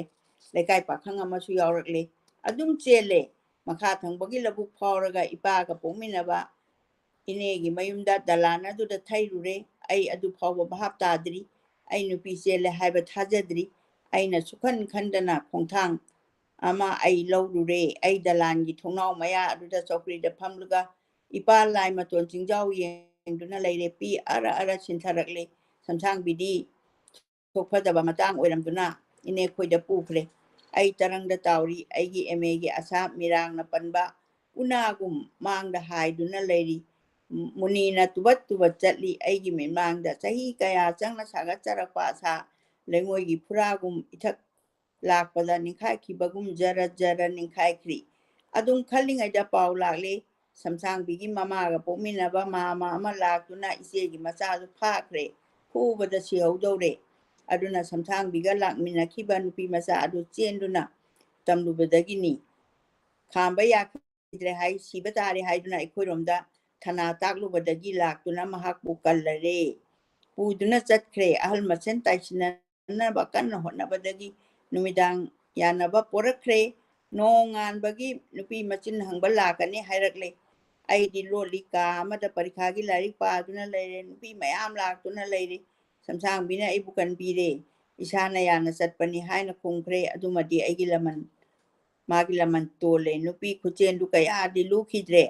ꯑꯗꯨꯕꯨ ꯃꯥꯏꯕꯤꯒꯤ ꯋꯥꯗꯨꯗꯤ ꯆꯞ ꯆꯥꯅ ꯊꯣꯛꯈ꯭ꯔꯦ ꯁꯥ ꯂꯥꯟꯗ ꯅꯨꯄꯤ ꯊꯤꯔꯦ ꯏꯆꯦꯒꯤ ꯃꯆꯥꯅꯨꯄꯥꯗꯣ ꯑꯩꯒꯤ ꯕꯤꯙꯤ ꯕꯤꯙꯥꯇꯥ ꯑꯣꯏꯈ꯭ꯔꯦ ꯑꯐꯕꯁꯨ ꯑꯣꯏꯔꯝꯁꯅꯨ ꯑꯗꯨꯕꯨ ꯄꯔꯤꯈꯥ ꯌꯥꯎꯗꯕꯗꯤ ꯌꯥꯗꯦ ꯀ꯭ꯂꯥꯁ 9ꯒꯤ ꯄꯔꯤꯈꯥ ꯃꯥꯡꯗ ꯊꯥꯕꯒ ꯆꯞ ꯃꯥꯟꯅꯈ꯭ꯔꯦ ꯑꯩ ꯃꯨꯅꯤ ꯎꯗꯅꯕ ꯎꯔꯁꯨ ꯃꯥꯌꯣꯛꯅꯗꯅꯕ ꯀꯟꯅ ꯍꯣꯠꯅꯔꯤ ꯃꯥꯒꯤ ꯃꯥꯏꯊꯣꯡ ꯎꯕꯗ ꯈꯪꯉꯤ ꯃꯍꯥꯛ ꯑꯩꯒꯤ ꯄꯥꯎ ꯇꯥꯗ꯭ꯔꯤ ꯇꯥꯗꯕꯁꯨ ꯑꯣꯏꯔꯁꯅꯨ ꯄꯨꯟꯁꯤꯒꯤ ꯑꯣꯏꯅ ꯁꯨꯛꯇꯥ ꯇꯥꯗꯕ ꯑꯣꯏꯔꯁꯅꯨ ꯎꯆꯤꯟ ꯅꯥꯆꯤꯟꯅ ꯀ꯭ꯂꯥꯁ 9ꯒꯤ ꯄꯔꯤꯈꯥꯗꯨ ꯂꯣꯏꯈ꯭ꯔꯦ ꯍꯦꯛ ꯂꯣꯏꯕꯒ ꯑꯩ ꯏꯃꯨꯡꯗ ꯎꯪꯗꯨꯅ ꯂꯩꯕ ꯃꯇꯝꯅꯤ ꯉꯥꯏꯈꯣꯡ ꯍꯥꯏ ꯁ꯭ꯀꯨꯜꯒꯤ ꯍꯦꯗꯃꯥꯁꯇꯔꯗꯨꯅ ꯊꯦꯡꯅꯕꯗꯣ ꯃꯈꯣꯏꯒꯤ ꯁ꯭ꯀꯨꯜꯗ ꯃꯦꯇ꯭ꯔꯤꯛ ꯄꯔꯤꯈꯥ ꯄꯤꯕ ꯑꯍꯥꯟꯕ ꯑꯣꯏꯅ ꯌꯥꯔꯦ ꯅꯍꯥꯛ ꯊꯥꯍꯧꯔꯒꯦꯔꯥ ꯍꯪꯂꯛꯈꯤꯕꯗꯣ ꯑꯩꯅ ꯍꯔꯥꯎꯅ ꯌꯥꯈꯤ ꯍꯥꯏꯗꯤ ꯃꯣꯏꯒꯤ ꯔꯤꯀꯣꯃꯦꯟꯗꯦꯁꯟ ꯄꯤꯔꯛꯄ ꯑꯣꯖꯥ ꯑꯩ ꯊꯥꯖꯍꯧꯔꯒꯦ ꯅꯣꯡꯉꯥꯟꯕꯒ ꯐꯣꯔꯝ ꯐꯤꯜ ꯑꯞ ꯇꯧꯕ ꯆꯠꯂꯦ ꯀ꯭ꯂꯥꯁ 9 ꯄꯥꯁ ꯇꯧꯗ ꯉꯥꯏꯔꯤꯕꯅꯤ ꯑꯣꯖꯥꯁꯦ ꯃꯥꯅ ꯑꯩꯒꯤ ꯀ꯭ꯂꯥꯁ 9ꯗꯒꯤ ꯇꯝꯂꯛꯏ ꯍꯥꯏꯕꯒꯤ ꯔꯦꯀꯣꯔꯠ ꯁꯦꯝꯕꯤꯈ꯭ꯔꯦ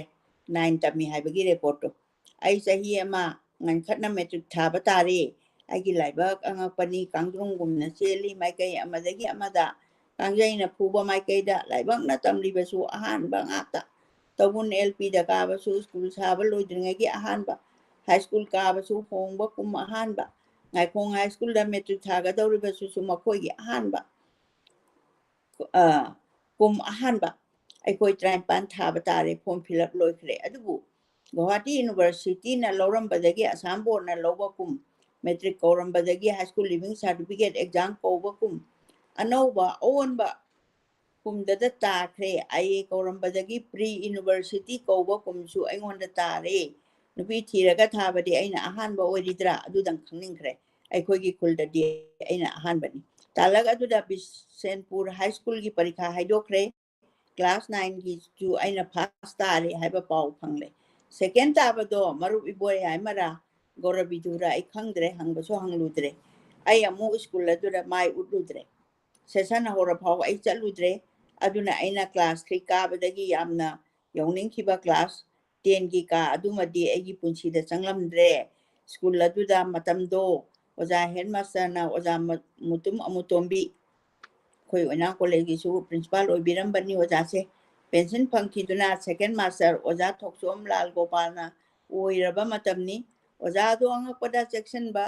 ꯃꯤꯁꯛꯅꯤ ꯆꯧꯀ꯭ꯔꯤ ꯉꯥꯏꯍꯥꯛꯇ ꯐꯝꯗꯕ ꯀꯣꯏꯆꯠ ꯆꯠꯇꯨꯅ ꯇꯧꯔꯤꯕ ꯀ꯭ꯂꯥꯁꯁꯤꯡꯗꯨ ꯌꯦꯡꯕ ꯃꯤꯁꯛꯅꯤ ꯃꯥꯅ ꯀꯥꯔꯛꯇꯕꯁꯤ ꯑꯩ ꯀꯥꯔꯛꯇꯕꯁꯤ ꯈꯪꯗꯣꯛꯈ꯭ꯔꯦ ꯔꯣꯜ 1 ꯂꯥꯛꯇꯕ ꯀꯔꯤꯒꯤꯅꯣ ꯍꯪꯕꯗ ꯑꯈꯪꯕꯅ ꯇꯥꯈ꯭ꯔꯦ ꯑꯣꯖꯥ ꯃꯥꯗꯤ ꯃꯦꯇ꯭ꯔꯤꯛ ꯊꯥꯈꯤꯗꯧꯔꯦ ꯉꯥꯏꯈꯣꯡ ꯍꯥꯏ ꯁ꯭ꯀꯨꯜꯗ ꯑꯗꯨꯗꯒꯤꯗꯤ ꯂꯥꯟ ꯃꯆꯥ ꯑꯃ ꯍꯦꯗꯃꯥꯁꯇꯔ ꯑꯅꯤ ꯆꯦ ꯐꯅ ꯌꯥꯝꯅ ꯏꯅꯈꯤ ꯁꯥꯇ꯭ꯔ ꯍꯨꯔꯥꯟꯕ ꯍꯥꯏ ꯐꯥꯎꯕ ꯌꯧꯅꯈꯤ ꯍꯥꯏ ꯑꯩꯗꯤ ꯇꯨꯃꯤꯟꯅ ꯏꯃꯨꯡꯗ ꯂꯥꯏꯔꯤꯛ ꯄꯥꯗꯨꯅ ꯂꯩꯖꯔꯦ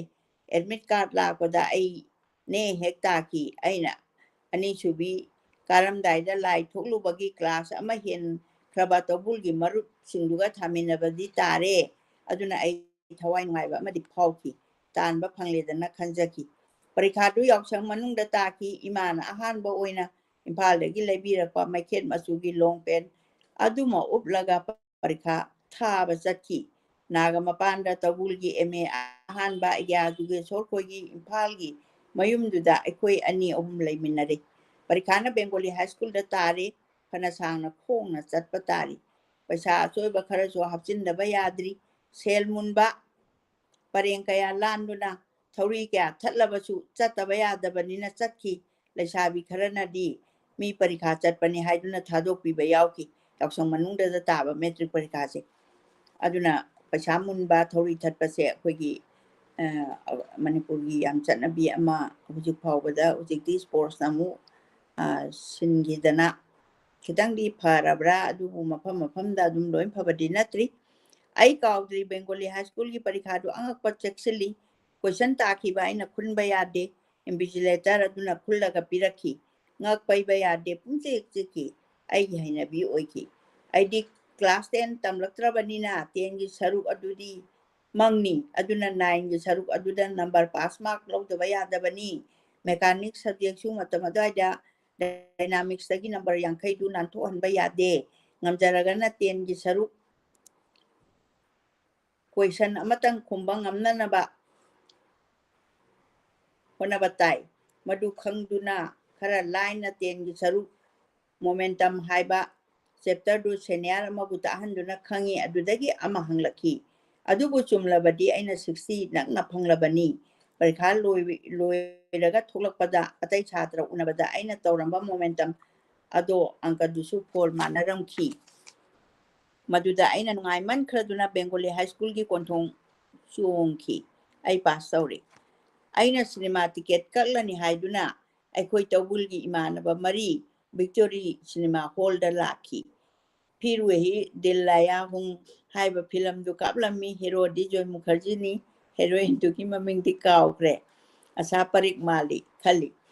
परीक्षा लोइबगी टिकेट इनबदा आइना मी मथक्ता पाइबगा मानकी मखुल मचादुदा खुद थिंजलगा टिकेट मरी पाइरगा चिंथोलपदा आइगी फुरी खुदांग मोसुक मोकी खुदांग अनि दु मचु मानकीदे आई अनिमक ताखचरे कया नुंगाइखिबा मिकुपतो cinema चंखिदे परीक्षादु ngamlani khanbada pangnungda nungaiki maramdi subject khudingmak ai phajana iki mechanics asidangdi chingnaba adubu imanaba singa yengnabada pol ayamba manaki ai mechanics subject ta number 53 phanglomki aigi role na 3892 ngasi phawba kaudri longjamnaba kisorga aiga role 153 gumbani khenabase ꯃꯥꯅ ꯀꯣꯟꯕꯅꯤ ꯑꯗꯨꯕꯨ ꯍꯥꯏꯗꯣꯛꯂꯝꯗꯥꯏꯗ ꯑꯩꯅ ꯑꯃꯈꯛ ꯃꯪꯈꯤ ꯃꯗꯨꯗ ꯈꯕꯔꯒꯤ ꯌꯦꯠ ꯊꯪꯕ ꯆꯤꯗꯣꯟꯗ ꯃꯥꯒ ꯑꯩꯒ ꯊꯪꯅꯅ ꯁꯦꯀꯦꯟ ꯗꯤꯕꯤꯖꯟꯒꯤ ꯀꯥꯡꯂꯨꯞꯇ ꯌꯥꯎꯕ ꯑꯗꯨ ꯃꯤꯠꯅ ꯎꯈꯤ ꯅꯣꯡꯉꯥꯟꯕꯗ ꯃꯉꯣꯟꯗ ꯄꯥꯎꯗꯨ ꯇꯝꯃꯨꯏ ꯍꯌꯦꯡ ꯌꯦꯡꯕ ꯇꯥꯔꯦꯗꯅ ꯍꯥꯏꯔꯛꯈꯤ ꯑꯉꯛꯄꯅꯤ ꯑꯩꯒꯤ ꯍꯥꯏꯗꯣꯛꯂꯛꯄꯗ ꯑꯁꯥꯝ ꯇ꯭ꯔꯤꯕꯨꯟ ꯈꯕꯔꯒꯤ ꯌꯦꯠ ꯊꯪꯕ ꯃꯇꯥꯏ ꯑꯣꯏꯔꯝꯅ ꯁꯦꯀꯦꯟ ꯗꯤꯕꯤꯖꯟꯒꯤ ꯀꯥꯡꯂꯨꯞꯇ ꯑꯩꯒꯤ ꯔꯣꯜꯒ ꯃꯥꯒꯤ ꯔꯣꯜꯒ ꯊꯪꯅꯅ ꯌꯥꯎꯔꯝꯂꯦ ꯃꯁꯤ ꯃꯥꯁꯨ ꯉꯛꯈꯤ ꯑꯩꯈꯣꯏꯅꯤꯒꯤ ꯀꯥꯔꯛꯇ ꯑꯐꯕ ꯁꯥꯇ꯭ꯔ ꯌꯥꯎꯔꯝꯗ꯭ꯔ ꯃꯥꯜꯂꯦ ꯁꯤꯗ ꯆꯦꯞꯇꯔꯁꯤ ꯉꯁꯥꯏꯒꯤ ꯀꯩꯅꯣꯁꯦ ꯑꯄꯥꯏꯕ ꯗꯁꯥꯗꯣ ꯑꯗꯨꯒꯤ ꯆꯦꯞꯇꯔꯗꯨ ꯂꯣꯏꯁꯤꯟꯖꯔꯦ ꯑꯗꯨꯒ ꯃꯊꯪꯒꯤ ꯆꯦꯞꯇꯔꯁꯤꯃꯒ ꯑꯩꯅ ꯉꯁꯤ ꯂꯧꯈꯠꯆꯒꯦ ꯆꯍꯤ 5 ꯕꯤꯔꯥꯠ ꯂꯣꯠꯄ ꯃꯍꯥꯚꯥꯔꯠꯀꯤ ꯕꯤꯔꯥꯠꯇꯨꯅꯤ ꯄꯨꯁꯜꯂꯛꯏꯁꯦ ꯃꯍꯥꯚꯥꯔꯠꯇꯨꯒꯤ ꯋꯥꯔꯤꯗꯨꯗꯤ ꯅꯠꯇꯦ ꯑꯣꯖꯥꯒꯤ ꯄꯨꯟꯁꯤꯒꯤ 1964 ꯑꯩꯅ ꯅꯨꯄꯤ ꯊꯤꯕꯗꯣ ꯈꯨꯜꯒꯤ ꯋꯥꯔꯤ ꯑꯣꯏꯈꯤ ꯃꯥꯡꯉꯦ ꯍꯥꯏꯗꯕ ꯃꯤ ꯑꯃꯠꯇ ꯂꯩꯈꯤꯗꯦ ꯏꯃꯥꯗꯤ ꯏꯝꯐꯥꯜꯗꯒꯤ ꯋꯥꯅ ꯀꯨꯝꯂꯛꯄꯗ ꯏꯃꯨꯡ ꯌꯧꯕꯗ ꯅꯨꯄꯤ ꯆꯦꯟꯕꯒꯤ ꯄꯥꯎ ꯇꯝꯕꯗ ꯀꯞꯈꯤ ꯍꯥꯏ ꯃꯥꯒꯤ ꯑꯁꯥ ꯀꯥꯏꯔꯦ ꯈꯟꯕꯗꯒꯤ ꯑꯣꯏꯔꯝꯒꯅꯤ ꯑꯩ ꯃꯄꯥꯟ ꯊꯣꯛꯄ ꯌꯥꯗ꯭ꯔꯦ ꯌꯦꯡꯅꯈꯤꯕꯅ ꯆꯍꯤ 23ꯗ ꯅꯨꯄꯤ ꯊꯤꯕꯅꯤꯅ ꯃꯇꯝꯗꯨꯗ ꯃꯤꯅ ꯌꯦꯡꯅꯕ ꯇꯥꯕꯅꯤ ꯏꯃꯥꯗꯤ ꯋꯥ ꯉꯥꯡꯈꯤꯗ꯭ꯔꯦ ꯉꯥ ꯃꯩ ꯊꯥꯔꯤ ꯑꯍꯤꯡ ꯆꯨꯞꯄ ꯏꯆꯦꯍꯜꯒ ꯑꯌꯨꯛ ꯏꯝꯐꯥꯜꯗ ꯆꯠꯂꯤ ꯉꯥꯔꯨꯕꯥꯛ ꯃꯀꯣꯛꯇ ꯊꯣꯡꯗꯨꯅ ꯈꯣꯡꯅ ꯇꯧꯕꯨꯜ ꯂꯝꯕꯤ ꯀꯤꯂꯣꯃꯤꯇꯔ 2 ꯍꯦꯟꯅ ꯆꯠꯇꯨꯅ ꯂꯨꯕꯥꯛ 2 ꯁꯨꯔꯒ ꯁꯝꯁꯥꯡꯕꯤꯁꯨ ꯄꯨꯕ ꯊꯤꯟꯕ ꯌꯥꯎꯈ꯭ꯔꯦ ꯌꯨꯝ ꯄꯨꯕ ꯉꯝꯅꯕ ꯍꯣꯠꯅꯈ꯭ꯔꯦ ꯏꯃꯥ ꯂꯨꯈ꯭ꯔꯥꯕꯤ ꯑꯩ ꯊꯃꯣꯏ ꯀꯥꯏꯔꯦ ꯈꯜꯂꯨꯔꯒ ꯑꯗꯨꯕꯨ ꯃꯥꯅ ꯏꯊꯥ ꯊꯥꯖꯔꯨꯗꯅ ꯊꯕꯛ ꯑꯃ ꯑꯩꯅ ꯇꯧꯊꯣꯛꯂꯛꯄꯗꯨꯗ ꯃꯍꯥꯛ ꯅꯣꯛꯆꯔꯦ ꯑꯩ ꯃꯦꯇ꯭ꯔꯤꯛ ꯄꯥꯁ ꯇꯧꯔꯦ ꯑꯣꯏꯐꯝ ꯊꯣꯛꯄ ꯆꯍꯤꯗꯒꯤ ꯑꯃ ꯉꯟꯈꯠꯅ ꯃꯥꯒꯤ ꯃꯨꯠꯂꯨꯔꯕ ꯑꯁꯥꯒꯤ ꯊꯃꯣꯏ ꯃꯔꯤ ꯊꯣꯛꯅ ꯆꯥꯛꯈꯤ ꯑꯩꯕꯨ ꯄꯨꯛꯅꯤꯡ ꯊꯧꯒꯠꯂꯦ ꯃꯈꯥ ꯇꯝꯗꯕ ꯌꯥꯗꯦ ꯍꯥꯏꯔꯦ ꯃꯃꯥꯅꯅꯤꯀꯣ ꯍꯥꯏꯔꯤꯁꯦ ꯉꯥꯡꯅꯔꯝꯕ ꯈꯨꯜꯒꯤ ꯆꯤꯟ ꯃꯌꯥꯝ ꯑꯩꯒꯤ ꯄꯥꯎ ꯇꯥꯕꯗ ꯇꯨꯃꯤꯟ ꯂꯩꯈꯤ ꯑꯗꯨꯕꯨ ꯁꯦꯀꯦꯟ ꯗꯤꯕꯤꯖꯟꯗ ꯉꯝꯃꯦ ꯇꯥꯕꯗ ꯑꯩꯕꯨ ꯑꯃꯨꯛ ꯉꯛꯅ ꯌꯦꯡꯅꯔꯛꯂꯦ ꯀꯔꯤ ꯑꯃꯨꯛ ꯍꯥꯏꯒꯅꯤ ꯉꯥꯏꯈꯣꯡꯗꯗꯤ ꯑꯩꯕꯨ ꯌꯦꯡꯅꯒꯗꯕꯒꯤ ꯉꯥꯏꯔꯤ ꯍꯥꯏꯔꯦ ꯑꯣꯖꯥ ꯍꯦꯗ ꯃꯥꯁꯇꯔꯅ ꯇꯝꯂꯔꯦ ꯃꯔꯝꯗꯤ ꯃꯤ 23 ꯊꯥꯕꯗ ꯑꯩ ꯈꯛꯇꯪ ꯉꯝꯂꯦ ꯉꯥꯏꯈꯣꯡ ꯃꯆꯥ ꯑꯃꯠꯇ ꯌꯥꯎꯔꯝꯗ꯭ꯔꯦ ꯑꯗꯨꯅ ꯑꯣꯖꯥ ꯍꯦꯗ ꯃꯥꯁꯇꯔꯅ ꯄ꯭ꯔꯣꯕꯤꯖꯅꯦꯜ ꯁꯥꯔꯇꯤꯐꯤꯀꯦꯠ ꯂꯧꯕ ꯆꯠꯄꯗꯨ ꯀꯣꯟꯊꯣꯡꯗ ꯆꯦꯟꯊꯣꯛꯇꯨꯅ ꯌꯦꯡꯅꯈꯤꯕꯗꯣ ꯉꯁꯤꯁꯨ ꯅꯤꯡꯁꯤꯡꯂꯤ ꯆꯍꯤ 5ꯒꯤ ꯕꯤꯔꯥꯠ ꯂꯣꯠꯄ ꯇꯥꯔꯦ ꯌꯨꯝ ꯅꯤꯡꯈꯤꯗ꯭ꯔꯦ ꯅꯨꯄꯤ ꯅꯤꯡꯈꯤꯗ꯭ꯔꯦ ꯈꯨꯗꯛꯇ ꯏꯃꯥꯒꯤ ꯑꯊꯪ ꯀꯣꯛꯇ ꯊꯣꯡꯗꯨꯅ ꯗꯦꯝ ꯀꯣꯂꯦꯖꯇ ꯃꯤꯡ ꯆꯟꯕ ꯆꯜꯂꯦ ꯂꯩꯕꯅ ꯅꯥꯒ ꯃꯄꯥꯟꯒꯤ ꯀꯦꯂꯤ ꯆꯅꯥ ꯌꯣꯟꯕꯤ ꯊꯧꯔꯥꯅꯤ ꯀꯦꯂꯤꯒꯤ ꯍꯦꯛ ꯃꯅꯤꯡꯗ ꯃꯔꯤ ꯃꯇꯥ ꯊꯣꯛꯄ ꯑꯃꯒꯤ ꯃꯌꯨꯝꯗ ꯂꯩꯔꯦ ꯑꯍꯥꯟꯕ ꯍꯧꯗꯣꯛꯂꯛꯄ ꯄ꯭ꯔꯤ ꯌꯨꯅꯤꯚꯔꯁꯤꯇꯤ ꯀꯣꯔꯁ ꯆꯍꯤ ꯑꯃ ꯇꯝꯕ ꯍꯧꯔꯦ ꯑꯩ ꯁꯥꯏꯟꯁ ꯊꯥꯗꯣꯛꯂꯦ ꯗꯣꯛꯇꯔ ꯇꯝꯕꯒꯤ ꯑꯁꯥ ꯂꯩꯇ꯭ꯔꯕꯅꯤꯅ ꯑꯩ ꯑꯥꯔꯠꯁ ꯂꯧꯔꯦ pol science education logic history ꯂꯧꯗꯨꯅ ꯇꯝꯂꯦ ꯑꯌꯨꯛꯅ NCC ꯇꯝꯕ ꯅꯨꯡꯊꯤꯜ ꯄꯨꯡ 10ꯗꯒꯤ ꯀ꯭ꯂꯥꯁ ꯃꯇꯝ ꯑꯔꯣꯏꯕ ꯀꯣ ꯏꯗꯨꯀꯦꯁꯟꯒꯤ ꯕꯦꯁꯅꯤ ꯃꯊꯪꯒꯤꯗꯅ ꯘꯅꯄ꯭ꯔꯤꯌꯥ ꯋꯤꯃꯦꯟꯁ ꯀꯣꯂꯦꯖ ꯂꯤꯡꯈꯠꯂꯛꯄꯗꯒꯤ ꯅꯨꯄꯤ ꯃꯈꯩ ꯈꯥꯏꯗꯣꯛꯈ꯭ꯔꯦ ꯗꯦꯝ ꯀꯣꯂꯦꯖꯒꯤ ꯐꯖꯔꯕ ꯆꯥꯎꯔꯕ ꯅꯨꯡꯉꯥꯏꯔꯕ ꯀꯣꯔꯤꯗꯣꯔ ꯑꯄꯥꯛꯄ ꯑꯗꯨꯗ ꯆꯠꯄ ꯐꯪꯈꯤꯕꯗꯣ ꯉꯔꯥꯡꯇ ꯑꯣꯏꯔꯕꯣꯏ ꯅꯤꯡꯂꯛꯏ ꯃꯗꯨꯗ ꯐꯔꯕ ꯑꯣꯖꯥ ꯂꯩꯔꯝꯃꯤ ꯑꯣꯖꯥ SN ꯀꯣꯜꯅ ꯄ꯭ꯔꯤꯟꯁꯤꯄꯥꯜ ꯑꯣꯖꯥ L ꯇꯣꯝꯆꯥꯅ ꯚꯥꯏꯁ ꯄ꯭ꯔꯤꯟꯁꯤꯄꯥꯜ ꯄꯣꯜ ꯁꯥꯏꯟꯁꯀꯤ ꯄ꯭ꯔꯣꯐꯦꯁꯔ ꯑꯣꯖꯥ ꯁꯦꯟꯒꯨꯞꯇ ꯐꯤꯂꯣꯁꯣꯐꯤꯒꯤ ꯑꯣꯖꯥ ꯅꯤꯜꯀꯥꯟꯇ ꯑꯩꯒ꯭ꯌꯥ ꯁ꯭ꯌꯥꯝ ꯐꯤꯂꯣꯁꯣꯐꯤꯒꯤ ꯑꯣꯖꯥ ꯂꯥꯜꯖꯥ ꯕꯦꯒꯝ ꯂꯣꯏꯅ ꯂꯩꯔꯝꯃꯤ ꯂꯣꯏꯅ ꯐꯩ ꯂꯣꯏꯅ ꯅꯨꯡꯁꯤ ꯂꯣꯏꯅꯃꯛ ꯉꯁꯤ ꯅꯤꯡꯁꯤꯡꯂꯛꯏ ꯃꯅꯤꯄꯨꯔꯤ ꯇꯥꯛꯄꯤꯕ ꯑꯣꯖꯥ ꯃꯤꯅꯀꯦꯇꯟ ꯀꯝꯗꯧꯅ ꯀꯥꯎꯒꯅꯤ ꯃꯥꯒꯤ ꯂꯣꯟꯗꯥ ꯃꯇꯝꯗꯨꯗ ꯃꯥꯒꯤ ꯂꯣꯟꯗꯥꯗꯨ ꯃꯇꯝꯗꯨꯗ ꯂꯨꯅ ꯊꯣꯛꯂꯕꯁꯨ ꯉꯁꯤꯗꯤ ꯁꯅꯥ ꯑꯣꯜꯂꯦ ꯑꯣꯖꯥ ꯆꯣꯡꯊꯥꯝ ꯃꯅꯤꯍꯥꯔꯁꯨ ꯐꯖꯅ ꯇꯥꯛꯄꯤꯔꯤ ꯁ꯭ꯔꯤ ꯕꯤꯔꯦꯟ ꯆꯪꯂꯛꯄꯗ ꯉꯥꯏꯍꯧꯔꯤ NCCꯒꯤ ꯑꯣꯖꯥ ꯔꯥꯏꯅ ꯑꯣꯐꯤꯁꯥꯔ ꯑꯣꯏꯔꯝꯂꯤ ꯄꯛꯆꯈ꯭ꯔꯦ ꯅꯣꯡꯃꯩ ꯄꯥꯏꯕ ꯀꯥꯞꯄ ꯐꯥꯎꯕꯗꯤ ꯍꯩꯍꯧꯋꯤ ꯑꯗꯨꯕꯨ ꯀꯌꯥ ꯈꯣꯏꯖꯪꯗꯦ ꯑꯩꯗꯤ ꯀꯌా ꯋꯥꯈꯤ ꯑꯌꯨꯛ ꯉꯟꯇꯥ ꯆꯥꯛ ꯊꯣꯡꯖꯔꯝꯕ ꯇꯥꯏ ꯆꯐꯨꯗ ꯑꯂꯨ ꯉꯥꯟꯁꯤꯜꯂꯝꯂꯦ ꯃꯣꯔꯣꯛ ꯉꯥꯟꯁꯤꯜꯂꯝꯂꯦ ꯄꯨꯡ 9:30ꯗ ꯑꯃꯨꯛ ꯍꯜꯂꯛꯂꯒ ꯏꯔꯨꯖꯔꯒ ꯆꯥꯛ ꯆꯥꯈꯣꯝ ꯑꯃꯇꯪ ꯆꯥꯔꯒ ꯈꯣꯡꯅ ꯊꯥꯡꯃꯩꯕꯟꯂꯣꯝꯗ ꯆꯠꯂꯒ ꯏꯃꯥ ꯈꯨꯟꯇꯣꯛꯉꯥꯟꯕꯤꯒꯤ ꯂꯥꯏꯃꯥꯡꯗ ꯁꯝꯂꯒ ꯀꯣꯂꯦꯖ ꯌꯧꯖꯔꯤꯕꯅꯤ ꯐꯥꯔꯁ ꯄꯦꯔꯤꯌꯣꯗ ꯅꯪꯅꯕ ꯋꯥꯈꯤ ꯃꯇꯝꯗꯣ ꯅꯨꯃꯤꯗꯥꯡ ꯋꯥꯏꯔꯝ ꯀꯩꯊꯦꯜ ꯊꯣꯛꯇꯨꯅ ꯏꯃꯥꯗꯒꯤ ꯂꯨꯄꯥ 2 3 ꯂꯧꯍꯧꯅꯅꯕ ꯍꯣꯠꯅꯔꯤ ꯆꯥꯅꯕ ꯆꯦꯡ ꯉꯥ ꯏꯟꯁꯥꯡ ꯏꯃꯥꯅ ꯍꯣꯠꯅꯕꯤꯔꯝꯃꯤ ꯏꯃꯥꯗꯣ ꯋꯥꯈꯤ ꯑꯣꯟꯊꯣꯛꯅ ꯌꯨꯝꯒꯤꯕꯨ ꯍꯣꯠꯅꯒꯗ꯭ꯔꯥ ꯑꯩꯒꯤꯕꯨ ꯍꯣꯠꯅꯒꯗ꯭ꯔꯥ ꯇꯥꯆꯧꯅ ꯇꯣꯉꯥꯟ ꯆꯥꯈ꯭ꯔꯕꯅꯤꯅ ꯑꯩ ꯌꯨꯝ ꯄꯥꯛꯅ ꯀꯨꯝꯗ꯭ꯔꯦ ꯂꯥꯏꯔꯤꯛꯅ ꯑꯩꯒꯤ ꯃꯔꯨꯞ ꯑꯣꯏꯔꯦ ꯑꯩꯒꯤ ꯇꯨꯡ ꯌꯦꯡꯕ ꯇꯨꯡ ꯍꯟꯅ ꯌꯦꯡꯕ ꯄꯥꯝꯗ꯭ꯔꯦ ꯑꯦꯝꯑꯦꯅ ꯑꯩꯒꯤ ꯄꯥꯟꯗꯝ ꯊꯝꯈ꯭ꯔꯦ ꯄꯜ ꯀꯌꯥ ꯂꯥꯜꯂꯕꯁꯨ ꯑꯩ ꯑꯦꯝꯑꯦ ꯑꯣꯏꯕ ꯇꯥꯏ ꯃꯔꯛ ꯀꯨꯝꯂꯛꯄꯗꯨ ꯃꯨꯠ ꯂꯩꯇꯦ ꯑꯍꯤꯡꯗꯤ ꯁꯝꯊꯥꯡꯕꯤꯒ ꯃꯔꯩ ꯌꯦꯠꯅꯕ ꯉꯥꯛꯇꯅꯤ ꯃꯥꯒꯤ ꯋꯥꯀꯠꯅ ꯑꯍꯟꯁꯤꯡ ꯊꯥꯔꯛꯎ ꯍꯥꯏꯔꯒ ꯅꯌꯨꯝꯗꯒꯤ ꯐꯥꯏ ꯏꯕꯦꯟꯕꯣꯛꯅ ꯍꯥꯏꯅ ꯁꯤꯡꯅꯔꯒ ꯐꯖꯅ ꯂꯨꯍꯣꯡꯅꯤ ꯍꯥꯏꯕꯗꯨ ꯑꯩꯅ ꯊꯨꯒꯥꯏꯕꯤꯔꯦ ꯑꯩꯅ ꯅꯈꯣꯏꯗ ꯂꯥꯛꯂꯨꯕꯗꯨ ꯑꯩꯒꯤ ꯗꯣꯁꯥ ꯑꯣꯏꯔꯦ ꯑꯗꯨꯅ ꯑꯩꯅ ꯈꯨꯝꯖꯈꯤ ꯑꯁꯨꯝꯅ ꯄ꯭ꯔꯤ ꯌꯨꯅꯤꯚꯔꯁꯤꯇꯤ ꯀ꯭ꯂꯥꯁꯇꯨ ꯊꯣꯏꯅ ꯂꯨꯕ ꯑꯣꯏꯗꯦ ꯑꯩ ꯁꯦꯀꯦꯟ ꯗꯤꯕꯤꯖꯟꯗ ꯄꯥꯁ ꯇꯧꯈꯤ ꯑꯗꯨꯗꯒꯤ 3 ꯏꯌꯔ ꯗꯤꯒ꯭ꯔꯤ ꯀꯣꯔꯁ ꯃꯤꯡ ꯆꯜꯂꯦ ꯑꯩ ꯑꯣꯅꯔꯁ ꯂꯧꯔꯦ ꯐꯤꯂꯣꯁꯣꯐꯤꯗ ꯃꯗꯨ ꯑꯣꯖꯥ ꯅꯤꯜꯀꯥꯟꯇꯒꯤ ꯃꯅꯥꯛ ꯅꯛꯅꯤꯡꯕ ꯑꯃꯗꯤ ꯑꯩꯅ ꯄꯥꯝꯖꯕ ꯑꯅꯤ ꯄꯨꯟꯈ꯭ꯔꯦ ꯑꯣꯅꯔꯁ ꯀ꯭ꯂꯥꯁ ꯄꯨꯡ 8ꯗꯒꯤꯅꯤ NCCꯅ ꯄꯨꯡ 9ꯗ ꯊꯥꯕ ꯑꯗꯨꯅ ꯑꯩꯒꯤ ꯊꯕꯛ ꯍꯦꯟꯒꯠꯂꯦ ꯑꯗꯨꯅ ꯁꯥꯏꯀꯜ ꯑꯃ ꯂꯩꯔꯦ ꯊꯨꯅ ꯆꯦꯟꯕ ꯌꯥꯅꯕ 1975ꯗ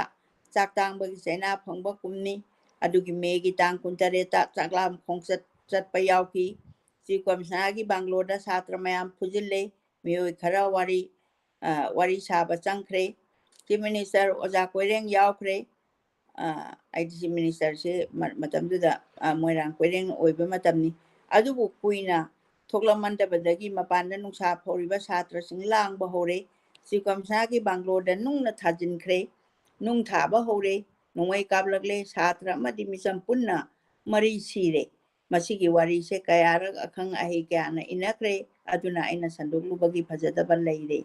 ꯑꯩꯗꯤ ꯆꯨꯝꯅ ꯂꯣꯟ ꯑꯗꯨ ꯌꯥꯎꯖꯔꯨꯕꯅꯤ ꯅꯣꯡꯃꯩ ꯀꯥꯞꯂꯛꯄꯗꯨꯗ ꯑꯩ ꯑꯋꯥꯡꯒꯤ ꯆꯤꯐ ꯀꯃꯤꯁꯅꯔꯒꯤ ꯒꯦꯠ ꯑꯗꯨꯗꯒꯤ ꯅꯥꯟꯊꯣꯛꯍꯧꯔꯦ ꯁꯣꯔꯣꯛꯇ ꯍꯧꯕ ꯀꯧꯕꯤꯂꯤꯌꯥ ꯄꯥꯝꯕꯤ ꯑꯃꯒꯤ ꯃꯈꯣꯡꯗ ꯃꯔꯨꯞꯅꯕ ꯀꯤꯁꯣꯔꯅ ꯏꯕꯥꯅꯤ ꯊꯨꯞꯇꯨꯅ ꯂꯩꯔꯤꯉꯩꯗ ꯀꯧꯕꯤꯂꯤꯌꯥ ꯃꯆꯥ ꯑꯃ ꯀꯛꯂꯒ ꯀꯦꯜꯂꯛꯈꯤ ꯑꯩꯈꯣꯏꯅꯤꯒꯤ ꯃꯃꯥꯡꯗ ꯑꯗꯨꯗꯒꯤꯗꯤ ꯁꯥꯇ꯭ꯔ ꯁꯥꯇ꯭ꯔꯤ ꯃꯌꯥꯝ ꯆꯦꯟꯊꯣꯔꯛꯄꯅ ꯈꯔ ꯑꯃꯅ ꯊꯣꯛꯂꯛꯀꯅꯨ ꯍꯥꯏꯗꯨꯅ ꯒꯦꯠ ꯂꯣꯟꯈꯤꯕ ꯁꯝꯕꯜ ꯅꯝꯈꯥꯏꯗꯨꯅ ꯆꯦꯟꯊꯣꯛꯂꯛꯄꯅꯤ ꯁꯝꯕꯂꯩ ꯃꯔꯛ ꯌꯣꯜꯂꯤ ꯇꯔꯥ ꯃꯔꯛꯇꯨꯗ ꯄ꯭ꯔꯃꯣꯗꯤꯅꯤꯅ ꯂꯤꯠꯆꯔꯛꯄꯅꯤ ꯃꯌꯥꯝꯅ ꯅꯦꯠꯁꯤꯟꯗꯨꯅ ꯁꯤꯈꯤꯕꯅꯤ ꯈꯜꯂꯤ ꯑꯩꯈꯣꯏꯒꯤ ꯃꯥꯡꯗ ꯊꯣꯛꯈꯤꯕꯅꯤ ꯀꯣꯂꯦꯖ ꯆꯠꯇ꯭ꯔꯦ ꯂꯩꯐꯝꯗ ꯍꯜꯂꯦ ꯁꯥꯏꯀꯜ ꯑꯃꯗꯤ ꯂꯥꯏꯔꯤꯛ ꯍꯨꯝꯅꯤ ꯂꯩꯔꯒ ꯅꯨꯃꯤꯠ ꯍꯨꯝꯅꯤꯒꯤ ꯃꯇꯨꯡꯗ ꯀꯣꯂꯦꯖꯇꯒꯤ ꯂꯧꯔꯨꯕꯅꯤ ꯑꯃꯠꯇ ꯃꯥꯡꯂꯝꯗꯦ ꯁꯥꯇ꯭ꯔ ꯁꯥꯇ꯭ꯔꯤ ꯃꯌꯥꯝꯗꯣ ꯁꯣꯔꯥꯠ ꯃꯐꯝ 3 ꯆꯦꯟꯗꯨꯅ ꯆꯠꯈꯤ ꯑꯗꯨꯒꯤ ꯇꯨꯡꯗ ꯑꯦꯝꯁꯨ ꯂꯤꯡꯈꯠꯈ꯭ꯔꯦ ꯁꯥꯇ꯭ꯔ ꯁꯥꯇ꯭ꯔꯤ ꯂꯥꯏꯔꯤꯛ ꯐꯖꯅ ꯇꯝꯂꯦ ꯑꯩꯗꯤ TDCꯗ ꯈ꯭ꯋꯥꯏꯗꯒꯤ ꯇꯥꯅꯤꯡꯈꯤꯕ ꯂꯦꯛꯆꯔ ꯏꯪꯒ꯭ꯔꯥꯖꯤ ꯂꯧꯕ ꯃꯗ꯭ꯔꯥꯖꯤ ꯃꯆꯥ ꯑꯣꯖꯥ ꯔꯥꯎ ꯍꯥꯏꯕꯗꯨꯅꯤ ꯃꯥꯅ PB ꯁꯦꯂꯤꯒꯤ ꯑꯣꯠ ꯇꯨ ꯗ ꯋꯦꯁ ꯋꯤꯟ ꯇꯥꯛꯄꯗꯨ ꯀꯨꯝꯍꯩꯒꯨꯝꯅ ꯌꯦꯡꯈꯤ ꯑꯦꯛꯁꯟ ꯌꯥꯎꯅ ꯇꯥꯛꯈꯤ ꯅꯨꯡꯉꯥꯏꯈꯤ ꯃꯥꯒꯤ ꯀ꯭ꯂꯥꯁꯇꯨ ꯀꯥꯎꯕ ꯌꯥꯗꯦ ꯃꯅꯤꯄꯨꯔꯤ ꯑꯣꯖꯥꯗ ꯄꯣꯜ ꯁꯥꯏꯟꯁꯀꯤ ꯑꯣꯖꯥ ꯆꯥꯟꯗꯤꯆꯔꯟ ꯀꯧꯕꯗꯣ ꯃꯅꯤꯄꯨꯔꯤ ꯑꯣꯖꯥꯗꯅ ꯃꯩꯇꯩ ꯑꯣꯖꯥꯗꯅ ꯍꯥꯏꯕ ꯃꯩꯇꯩ ꯑꯣꯖꯥꯗꯅ ꯄꯣꯜ ꯁꯥꯏꯟꯁꯀꯤ ꯑꯣꯖꯥ ꯆꯥꯟꯗꯤꯆꯔꯟ ꯀꯧꯕꯗꯣ ꯃꯈꯨꯠ ꯃꯁꯥꯑꯣ ꯃꯈꯌꯥꯠ ꯀꯣꯡꯒꯣꯟ ꯀꯥꯕ ꯃꯈꯩ ꯇꯥꯛꯈꯤꯕ ꯑꯗꯨ ꯀꯥꯎꯕ ꯁꯨꯡꯉꯝ ꯉꯝꯗ꯭ꯔꯤ ꯐꯔꯕ ꯑꯣꯖꯥ ꯃꯌꯥꯝ ꯑꯃ ꯂꯩꯔꯝꯃꯤ ꯃꯇꯝꯗꯨꯗ ꯑꯗꯨꯝꯅ ꯃꯊꯪ ꯆꯠꯊꯕꯅ 1969 ꯆꯪꯂꯛꯄꯗ TDCꯒꯤ ꯄꯔꯤꯈꯥ ꯄꯥꯁ ꯇꯧꯔꯦ ꯑꯣꯅꯔꯁ ꯐꯪꯂꯦ ꯑꯗꯨꯅ ꯑꯩ MA ꯇꯝꯒꯦ ꯍꯥꯏꯕꯗꯤ ꯐꯤꯂꯣꯁꯣꯐꯤꯗ ꯇꯝꯕ ꯇꯥꯔꯦ ꯑꯗꯨꯅ ꯂꯥꯏꯔꯕꯅ ꯇꯝꯕ ꯆꯠꯄꯗꯨ ꯉꯝꯗꯕꯗ ꯇꯥꯔꯦ ꯇꯧꯕꯨꯜ ꯍꯥꯏ ꯁ꯭ꯀꯨꯜꯗ ꯅꯕꯀꯤꯁꯣꯔ ꯑꯩꯈꯣꯏꯅꯤ ꯂꯨꯄꯥ 40 ꯑꯣꯖꯥ ꯑꯣꯏꯕ ꯍꯧꯔꯦ ꯑꯗꯨꯕꯨ ꯅꯣꯡꯃ ꯃꯥꯅ ꯍꯥꯏꯔꯦ ꯑꯩꯗꯤ MA ꯇꯝꯕ ꯆꯠꯂꯅꯤ ꯂꯧ ꯁꯪꯉꯝ ꯑꯃ ꯂꯩꯕꯗꯨ ꯌꯣꯜꯂꯒ ꯑꯩꯁꯨ ꯀꯔꯝꯅ ꯂꯩꯍꯧꯒꯅꯤ ꯃꯥꯗꯧꯅ ꯂꯧ ꯁꯪꯉꯝ ꯑꯃ ꯂꯩꯕꯗꯨ ꯌꯣꯜꯂꯒ ꯆꯠꯄ ꯇꯥꯔꯦ ꯏꯃꯥꯅ ꯌꯥꯔꯦ ꯑꯗꯨꯝꯅ ꯃꯥꯅ ꯍꯧꯔꯛꯄ ꯏꯍꯧꯗꯣ MA ꯇꯝꯕ ꯆꯠꯂꯦ ꯒꯧꯍꯥꯇꯤꯗ ꯃꯗꯨꯒꯤꯗꯃꯛꯇ ꯃꯥꯕꯨ ꯊꯥꯒꯠꯂꯤ ꯉꯁꯤ ꯐꯥꯎꯕ ꯃꯁꯤꯗ ꯆꯦꯞꯇꯔ 2ꯁꯤ ꯂꯣꯏꯁꯤꯟꯖꯔꯦ ꯑꯗꯣ ꯉꯁꯤꯃꯛ ꯂꯣꯏꯕꯗꯤ ꯈꯤꯇꯪ ꯋꯥꯒꯗꯧꯕ ꯃꯔꯝꯅ ꯃꯊꯪꯒꯤ ꯆꯦꯞꯇꯔꯁꯤ ꯌꯥꯝ ꯅꯨꯡꯉꯥꯏꯕ ꯊꯋꯥꯏꯒ ꯍꯛꯆꯥꯡꯒ ꯀꯥꯏꯅꯕ 1969ꯁꯦ ꯃꯁꯤ ꯃꯊꯪꯒꯤ ꯊꯥꯡꯖꯗ ꯑꯣꯏꯅ ꯑꯅꯤꯃꯛꯁꯤ ꯂꯣꯏꯁꯟꯅꯕ ꯑꯗꯨꯒꯤ ꯇꯥꯔꯒꯦꯠꯇ ꯂꯩꯖꯔꯦ ꯉꯁꯤꯒꯤꯗꯤ ꯁꯤꯗ ꯑꯗꯨꯝ ꯄꯨꯝꯅꯃꯛꯄꯨ ꯑꯃꯨꯛ ꯍꯟꯅ ꯈꯣꯏꯔꯝꯖꯔꯤ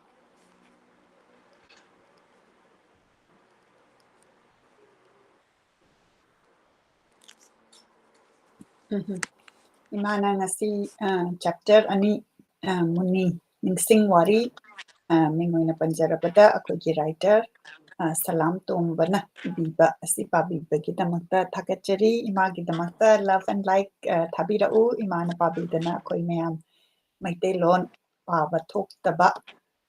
audio gi kuthangdagi story asi khanjaba ngambagi ngam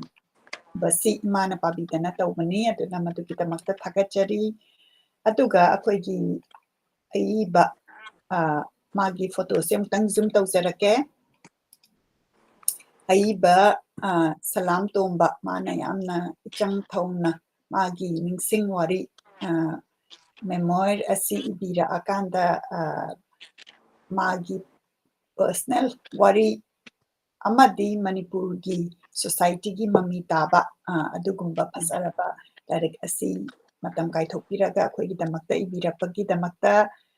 thakachari kurumjari mathangta na hena ibira kani haina khanjai magi damakta love and like thabirau akhoi mayam support tawminasi aduga masigi chapter si akhoi na full oina imana pa bidraka su full oina pabiningba yaubiragadi muni hairiba lairik asi manipurda phangi aduga phangdragasu akhoi da soidana takpirau akhoi phangnaba dum connect tawjarake akhoi lairik asi order tawrakanda paminasi haina masi ningsingjari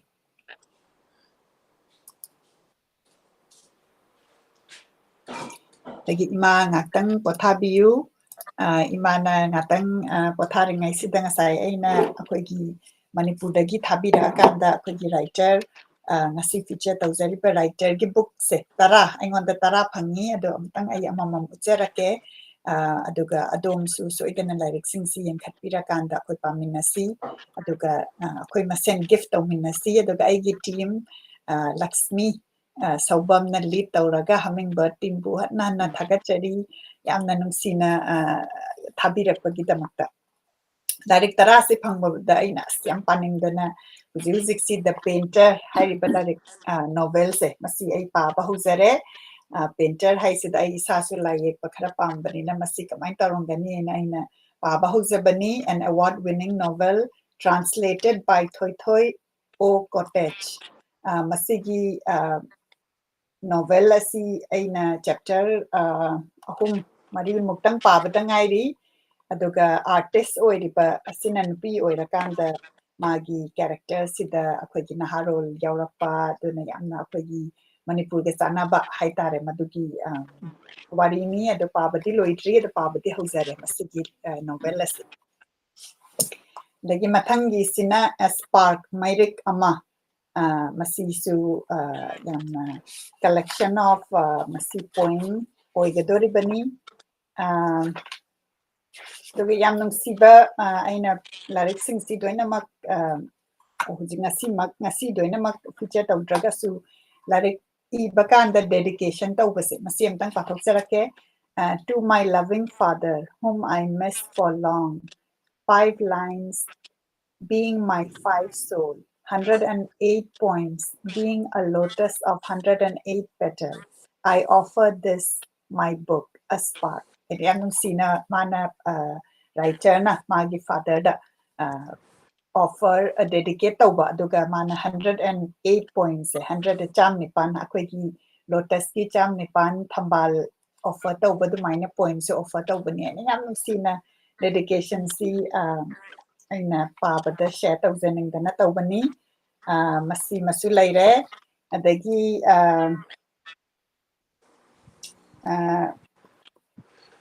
masigi maming di manai ado aina content si yengzadri same book oigadra ai masi khangdra spark haibasima maming si chap manai aduna makhum sina muktongan ba duma laire adagi thunder hairibasisu masimasu ai monda phangjare monsoon nongho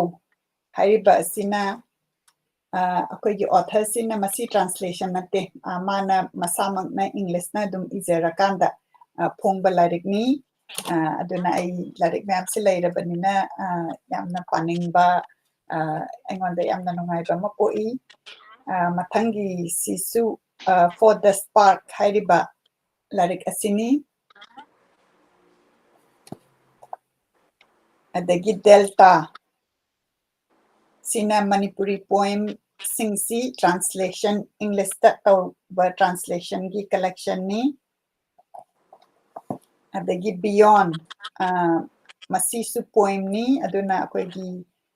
aiba sigi poem mayam gi collection yam leire duga ngasai novel leire collection da adagi imana babada ningsing wari memoir leire so different style of writing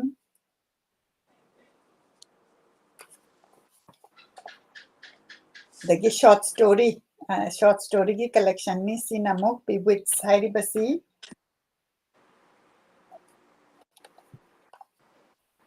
adagi sinamuk English poetry untrodden land hairibasi sumain tawdana aingonda larik tarasi yauzarakle aduna aina akoi long weekend su leibanina aingonda panabagi machak yam leire adomna su soidana yankhatpiyu aina maningi thizari se sidaisa yamna nungsina ngasai imana su ningsing wari sida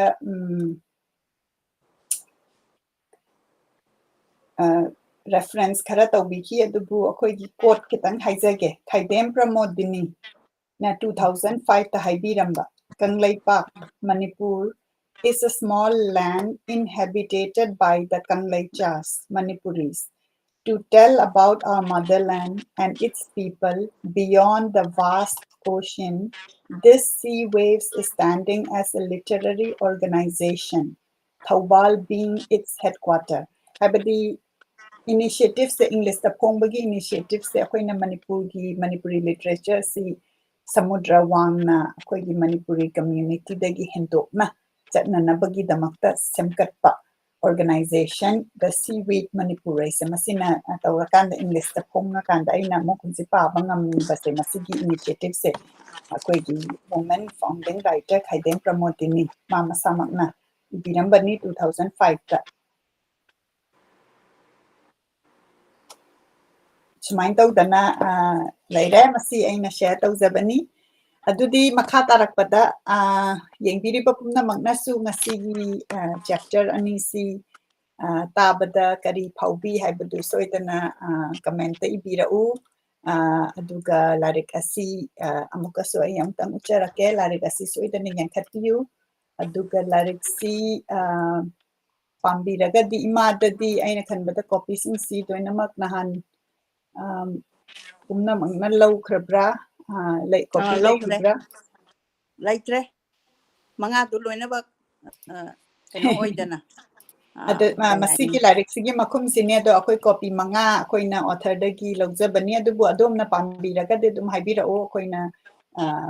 larik asi akoina author support tawminaba larik paminabagi paning bagi ithil phauhanba masine akoigi mission si aduna adomna larik asi thigatpiyu bookstore amada bagi adum akoi sinjarake duga phangdragasu dum message tawbirau akoina madu phangnabagi adum kena collaborate tawjake haina share tawjari aduna aishu matang sida akoi comment pathokadorabra natraga mai kari comment si pathok jage adubu aina ngasai imana pabada kitang gyan tahawdaba mana yongchak ki sida kara kanda nupi chen ki bagi da changlang ta kreba do kamai chen ki bano habdo ai kitang gyan tahawdre do imana amtang elaborate tawirati adugido aina su kitang aina wari muni che kana gumana kari ginone magi ningsing wari sida haidana habiram basu khanbasu yaurongani ko mioi bagi punchi sida stage yam thongna khaido infancy haiba mane adagi 0 age da ama leire ko adagi infancy la ani adagi childhood la ani childhood chi bawda childhood chi dagi hona khoise khoigi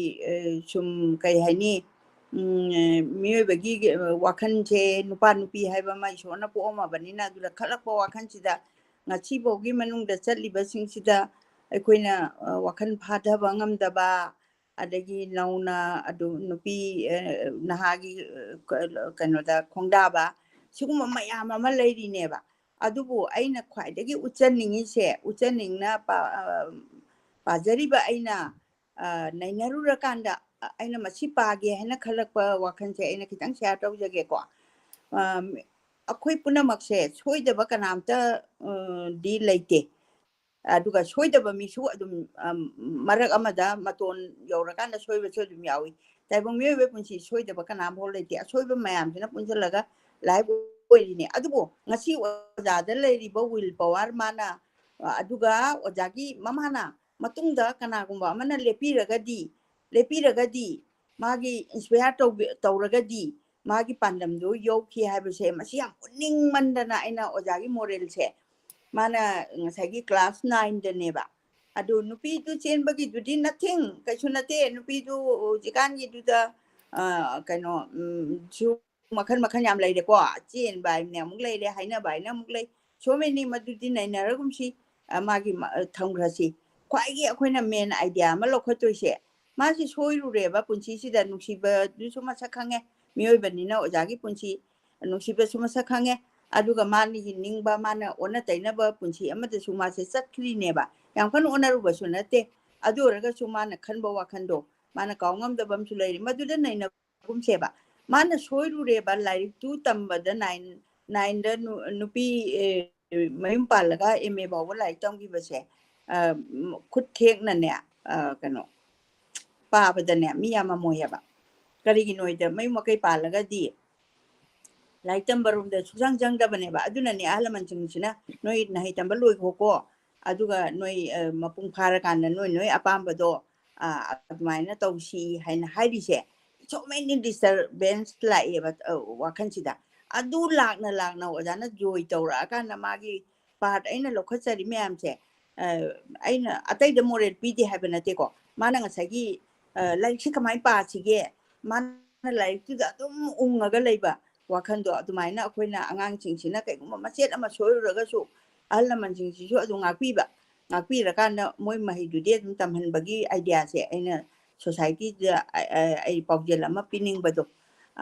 aduni ojagi yamna moral ojadai lowning base ado ojagi du soidabado adudi oihaning heba aina di ai samakna pari ba samakna di oja lairik yam phaba ni aduda soirakpada apaba iba hawa yamna nungaitrakanda magi apobi mamaduna di matamdura kari oiramdagi adusu aina khandaba ngamde adubu oiramdagi adu khallaga mamana hanbal leitana mase kano class 10 du pass tawrakanda phar mafam amada thamakanda ma laik tamuchu oina ma dem college sahi ohum do lan thorakpai dangta eme tamineba adugumba gi punsigi struggle do adu aina miyamda kari inkhalakpa angangsing di mind control se ngamde dana angangsing sia adu phajana tawnabagi damakta soigragadi si soibasi yade ko haiba ma aduda moral ma leire adagi amu soigredana soigraga ai soigraga su ai se ai ningi banga sagi ai mahigi panthungdudi chatba yade haibagi will power ani dune aina miyamda aina yamna nungsina ojagi muni se lanthok serise adum yamna dum thambiro adum kano adum ai kari pambiba ka joba haiba na singba se ko yam noi ba punchi mane nai lojaraga ai song thoksara ini chwai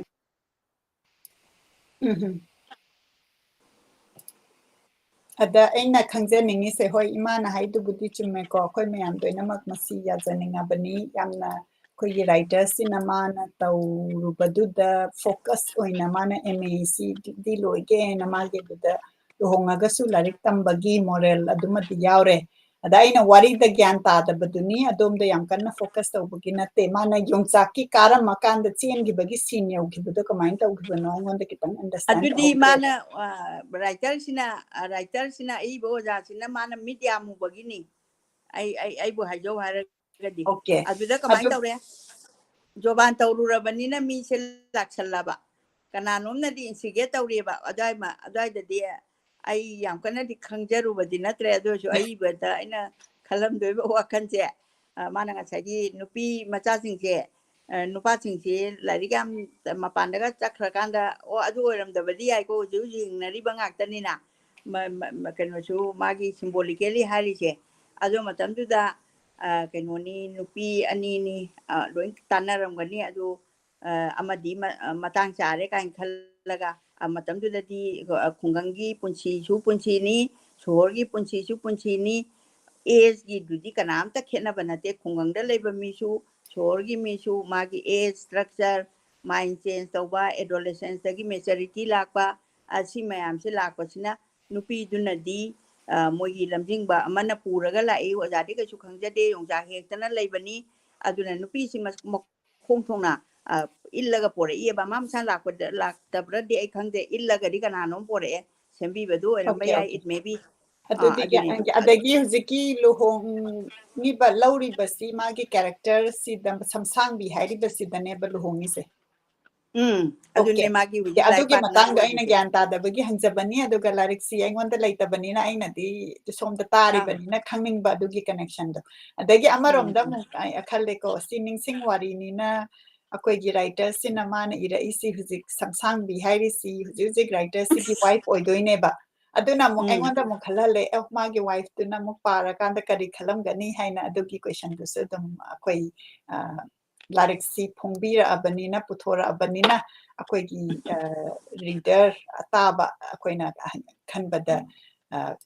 ꯈꯟꯖꯕꯗꯨꯅꯤ ꯑꯗꯨꯅ ꯑꯩꯅ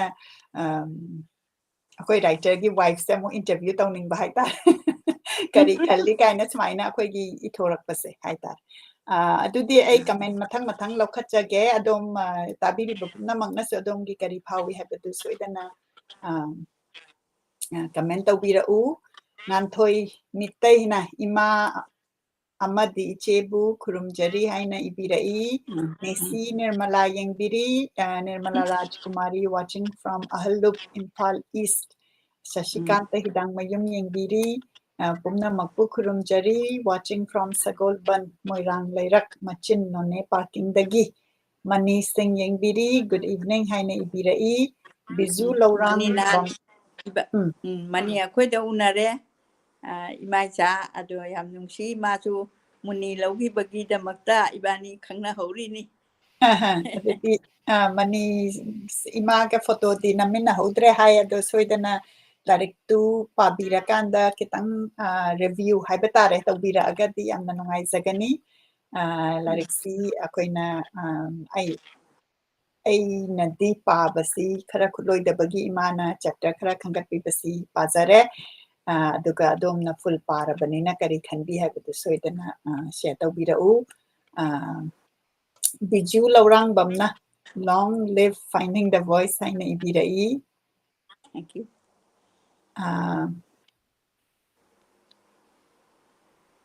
ꯑꯗꯒꯤ ꯉꯁꯥꯏꯒꯤ ꯑꯩꯈꯣꯏꯅ chapter ꯏꯃꯥꯅ ꯄꯥꯕꯁꯤꯗ ꯑꯏꯕꯅ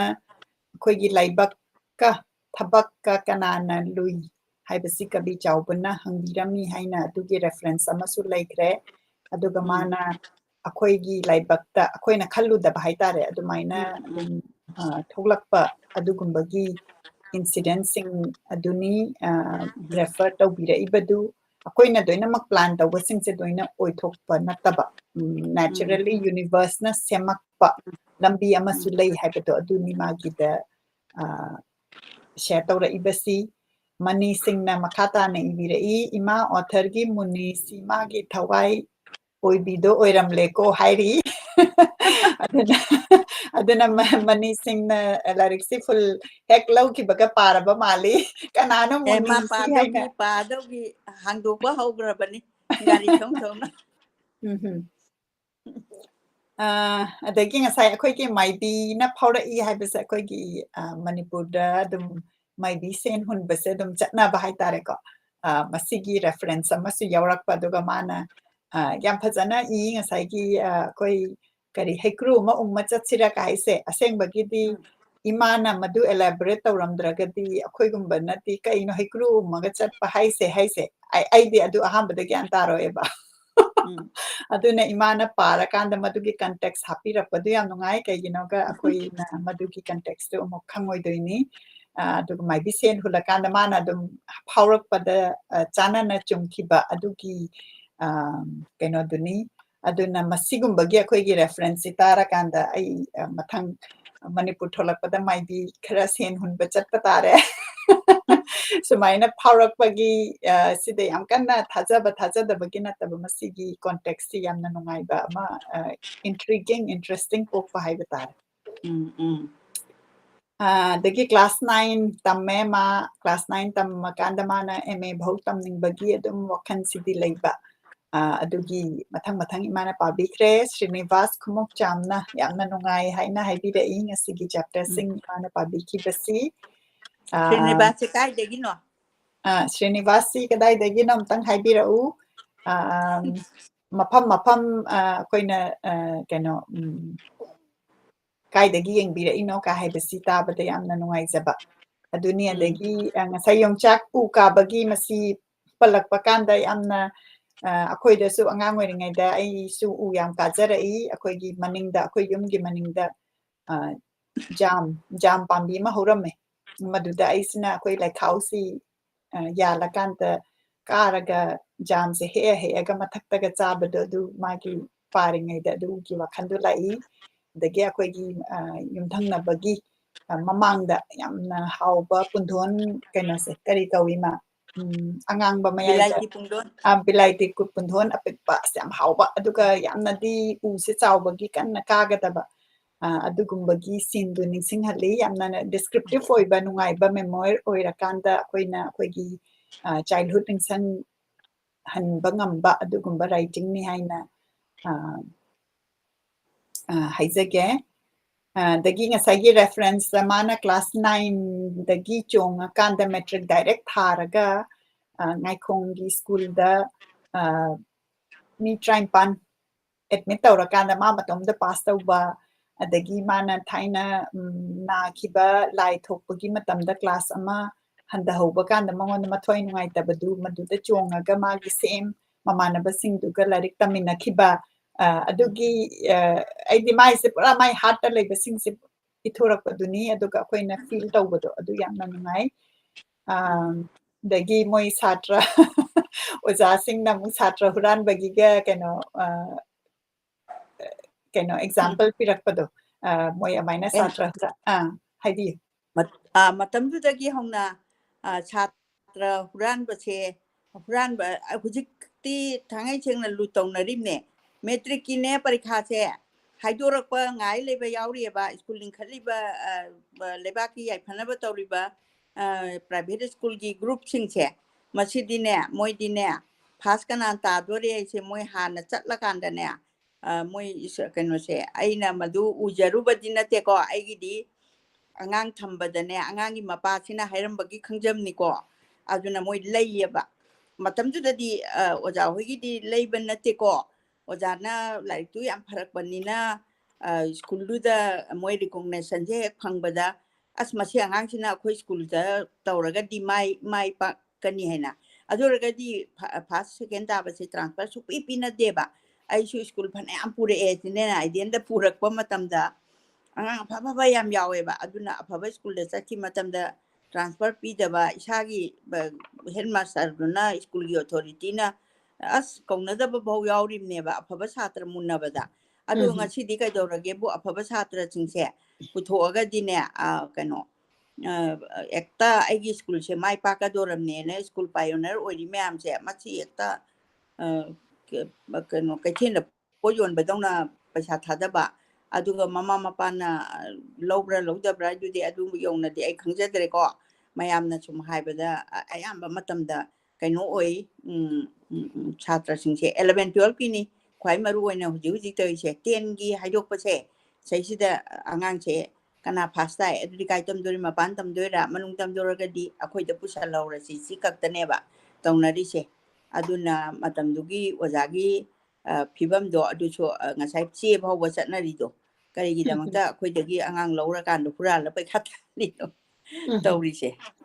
ꯑꯗꯨꯅ ꯀꯩꯁꯨ ꯃꯗꯨꯒꯨꯝꯕꯒꯤ ꯑꯗꯨꯝ ꯑꯩꯈꯣꯏ ꯁꯣꯁꯥꯏꯇꯤꯒꯤ ꯎꯠꯄꯗꯨꯅꯤ ꯃꯁꯤꯗ ꯏꯕꯒꯤ ꯔꯦꯐꯔꯦꯟꯁꯁꯤꯗ ꯑꯩꯈꯣꯏꯅ ꯄꯟꯖꯔꯤꯕꯁꯤ ꯑꯗꯒꯤ ꯑꯩꯈꯣꯏꯅ ꯃꯇꯝꯗꯨꯗ ꯑꯩꯈꯣꯏꯒꯤ ꯑꯏꯕꯁꯤꯅ ꯌꯥꯝꯅ ꯃꯥꯒꯤ ꯃꯦꯃꯣꯔꯤꯁꯤꯗ ꯑꯩꯅ ꯅꯨꯡꯉꯥꯏꯔꯤꯁꯦ ꯊꯣꯛꯈꯤꯕꯁꯦ ꯑꯗꯨꯝ ꯃꯥꯅ ꯏꯕꯤꯔꯛꯄ ꯃꯇꯝꯗꯨꯗ ꯂꯥꯏꯔꯤꯛꯁꯤ ꯄꯩꯈꯥ ꯊꯥꯔꯨꯔꯀꯥꯟꯗ ꯅꯨꯡꯉꯥꯏꯕ ꯐꯣꯡꯗꯣꯛꯄꯁꯤ ꯀꯔꯤꯅꯣ ꯍꯥꯏꯔꯀꯥꯟꯗ ꯃꯣꯏꯅ ꯃꯨꯚꯤ ꯌꯦꯡꯕ ꯆꯠꯄ ꯚꯤꯛꯇꯣꯔꯤ ꯀꯥꯏꯁꯦ ꯊꯥꯏꯅ ꯑꯩꯈꯣꯏꯗꯤ ꯑꯩꯗꯤ ꯆꯠꯇꯕ꯭ꯔꯥ ꯈꯪꯗꯦ ꯑꯃꯨꯔꯛꯇꯤ ꯑꯩꯈꯣꯏ ꯕꯕꯥꯅ ꯄꯨꯕꯤꯗꯅ ꯑꯃꯗꯤ ꯆꯠꯂꯨꯔꯦ ꯀꯔꯝꯕ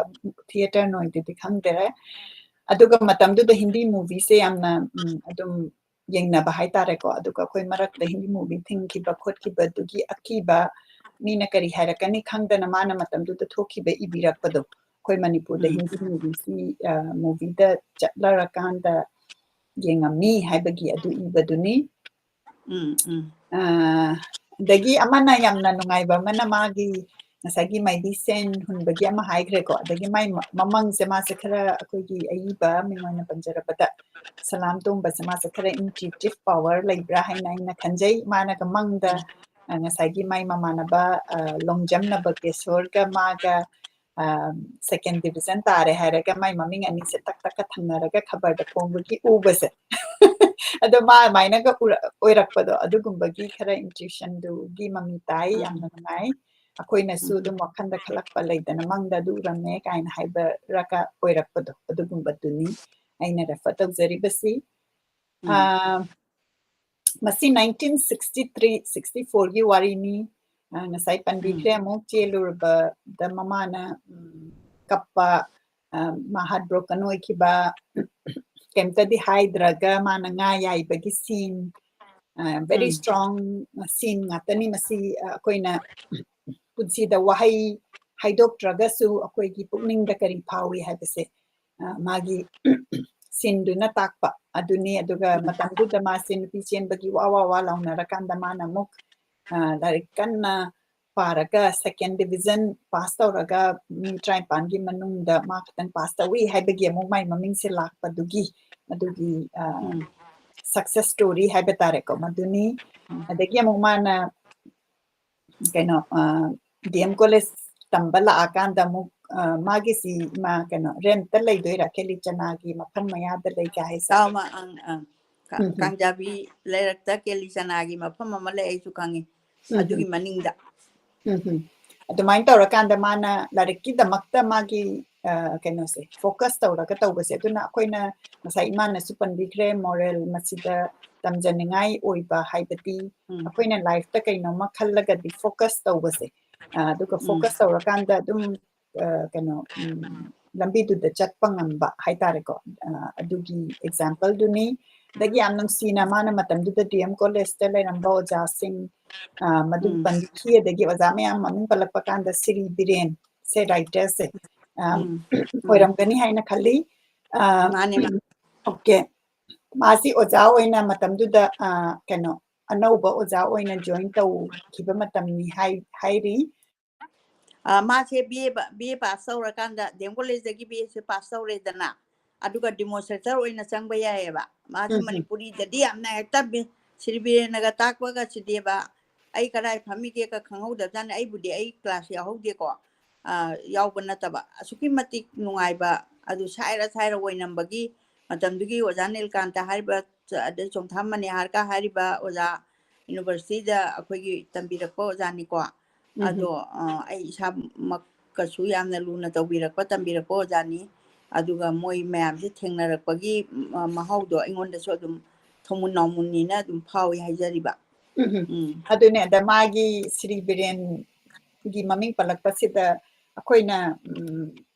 ꯃꯅꯤꯄꯨꯔꯤ ꯂꯤꯇꯔꯦꯆꯔꯒꯤ ꯃꯔꯝꯗ ꯏꯕꯤꯔꯝꯃꯒ ꯊꯝꯕꯤꯔꯝꯕ ꯑꯗꯒꯤ ꯎꯅꯍꯧꯕꯒꯤ ꯋꯥꯔꯤ ꯃꯁꯤꯁꯤ ꯇꯧꯕ ꯀꯥꯟꯗ ꯁꯤꯔꯤ ꯕꯤꯔꯦꯟꯁꯤꯒꯤ ꯄꯣꯏꯝꯁꯤ ꯑꯩꯈꯣꯏꯅ ꯃꯅꯤꯄꯨꯔꯤ ꯂꯤꯇꯔꯦꯆꯔꯒꯤ ꯁꯣꯁꯦ ꯍꯧꯔꯛꯄꯗ ꯃꯥꯒꯤ ꯄꯣꯏꯝ ꯌꯥꯝ ꯅꯨꯡꯁꯤꯕ ꯑꯩꯈꯣꯏꯗ ꯍꯥꯔꯠ ꯐꯦꯜꯠ ꯑꯣꯏꯕ ꯄꯣꯏꯝ ꯑꯩꯅ ꯈꯔ ꯇꯥꯖꯔꯦ ꯑꯗꯨꯒ ꯑꯃꯨꯛ ꯃꯥꯒꯤ ꯏꯪꯂꯤꯁ ꯇ꯭ꯔꯥꯟꯁꯂꯦꯁꯟꯁꯦ ꯗꯥꯛꯇꯔ ꯖꯣꯙꯆꯟꯗ꯭ꯔ ꯁꯝꯅ ꯇꯧꯕꯤꯔꯀꯥꯟꯗ ꯚꯣꯂ꯭ꯌꯨꯝ 1 ꯚꯣꯂ꯭ꯌꯨꯝ 2 ꯄꯣꯏꯝ ꯑꯁꯤꯁꯨ ꯂꯩꯖꯔꯦ ꯑꯗꯨꯅ ꯃꯥꯏ ꯃꯔꯝꯁꯤꯗ ꯑꯩꯅ ꯌꯥꯝ ꯈꯪꯅꯤꯡꯕ ꯑꯗꯩꯗ ꯑꯩꯈꯣꯏꯒꯤ ꯑꯣꯖꯥ ꯁꯂꯥꯝ ꯇꯣꯡꯕꯅ ꯈꯪꯉꯤ ꯍꯥꯏꯅ ꯍꯥꯏꯔꯛꯄꯁꯤꯗ ꯑꯃꯨꯛ ꯃꯥꯒ ꯎꯅꯔꯕ ꯃꯇꯝꯗ ꯃꯥꯒꯤ ꯃꯔꯝꯗ ꯍꯥꯏꯕꯤꯅꯕ ꯒꯤ ꯔꯦꯐꯔꯦꯟꯁꯇꯨꯅꯤ ꯑꯗꯒꯤ ꯃꯊꯪ ꯑꯗꯨꯃꯥꯏꯅ ꯇꯧꯗꯅ NCC ꯌꯥꯎꯕꯒꯤ adagi chaklam khongchat ki reference da masu yahowi adagi adugumbagi panbikre aduga yamna madudai tu da mana mai cycle si school college tu da thamamakanda numit humni marini haidi incident du loira kanda chatpa kanda dum leirambadu kanamtana huran lamde ka hairi ba mai reference to one line du na matam du da adum yamna kanna huran la nasi tawna dabra kaina haibagi Taunate khalhanba taunate haita ai isamakisu aduda thanamimni akoi GP gi kano arts commerce ki ra kano huji oikhramne aduda oirame aduda akoi chu chaklam khongcha che adaido cycle ka thanamine adu cycle ka logba ga ngamponte adu mai khu kari o marak tu da power ga che leine akoi che nongmai marak tagi hingak pani aduga ai isadi moi volunteer singsina langaga asomda su volunteer manga tarukna uoga daiduda khongbando bagway adu intharaga duda akoi se hingakpani na dumaina ojana hai tambiri duga samane aisu yawi adum chaklang khongchat aduna madugi duda uhoba dugi experience tu hapirakbagi damakta akoina thakachari kainoga kamai tawi kaina haibada akoina documentation leiraga su isa na thingna hobagi kitang experience tu ibirambadu akoine sina ibirai Nirmala Rajkumari na yamna nungai ojagi warisi haina ibirai Arundhya Yanti Nauremna Kurumjari Oja haina ibirai Mani Singhna author gi writing style si hathu bagi mawong ama uba phangi ima haina ibirai adudi ababa chingna longning ba magi rasto ras haibani mahau haibani phattaba nate rasto ado khara amana haiphet thumlap tawba khara amna yam thumjanba sumai tawba dudi ai modni bungomani haina thamjage adagi Longjam Hemabati na ojagi warisi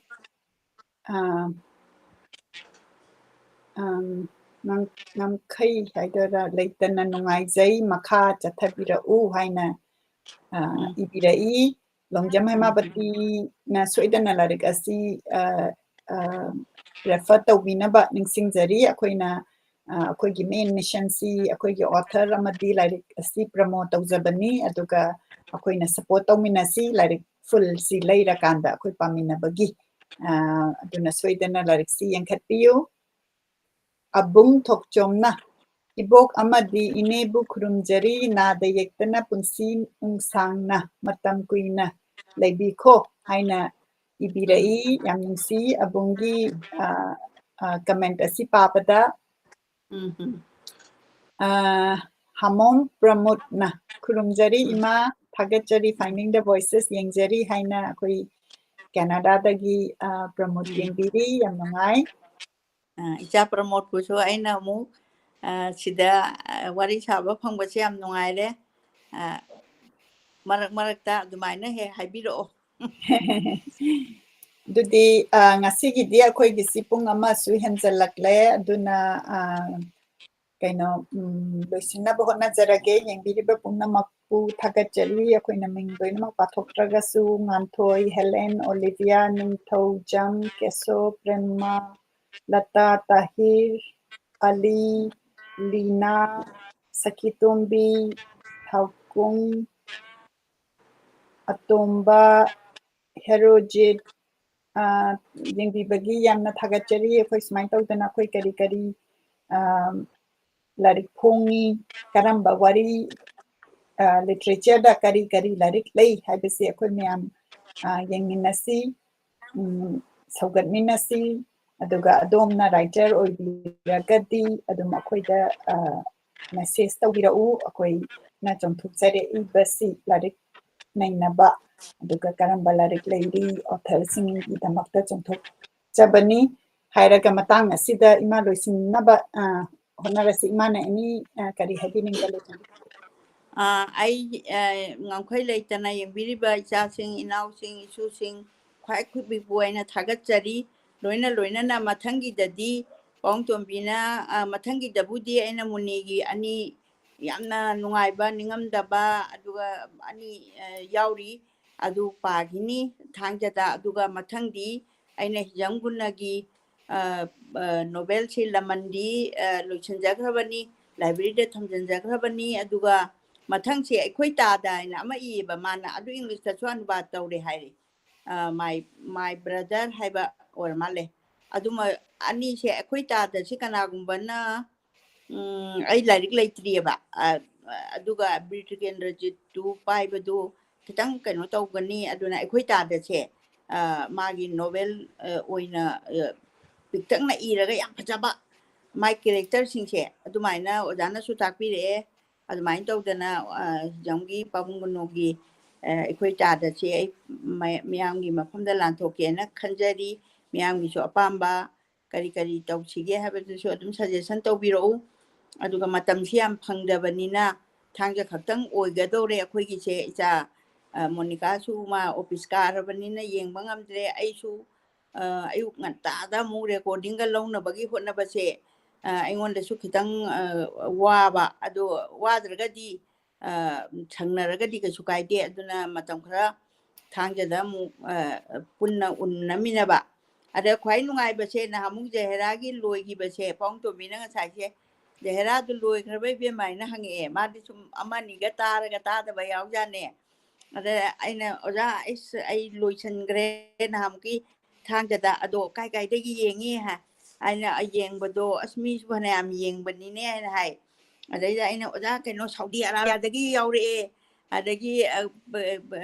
ꯀꯥꯂꯤꯐꯣꯔꯅꯤꯌꯥꯗꯒꯤ ꯏꯆꯦ ꯖꯃꯨꯅꯥꯁꯨ ꯑꯗꯨꯝ ꯌꯦꯡꯕꯤꯗꯅ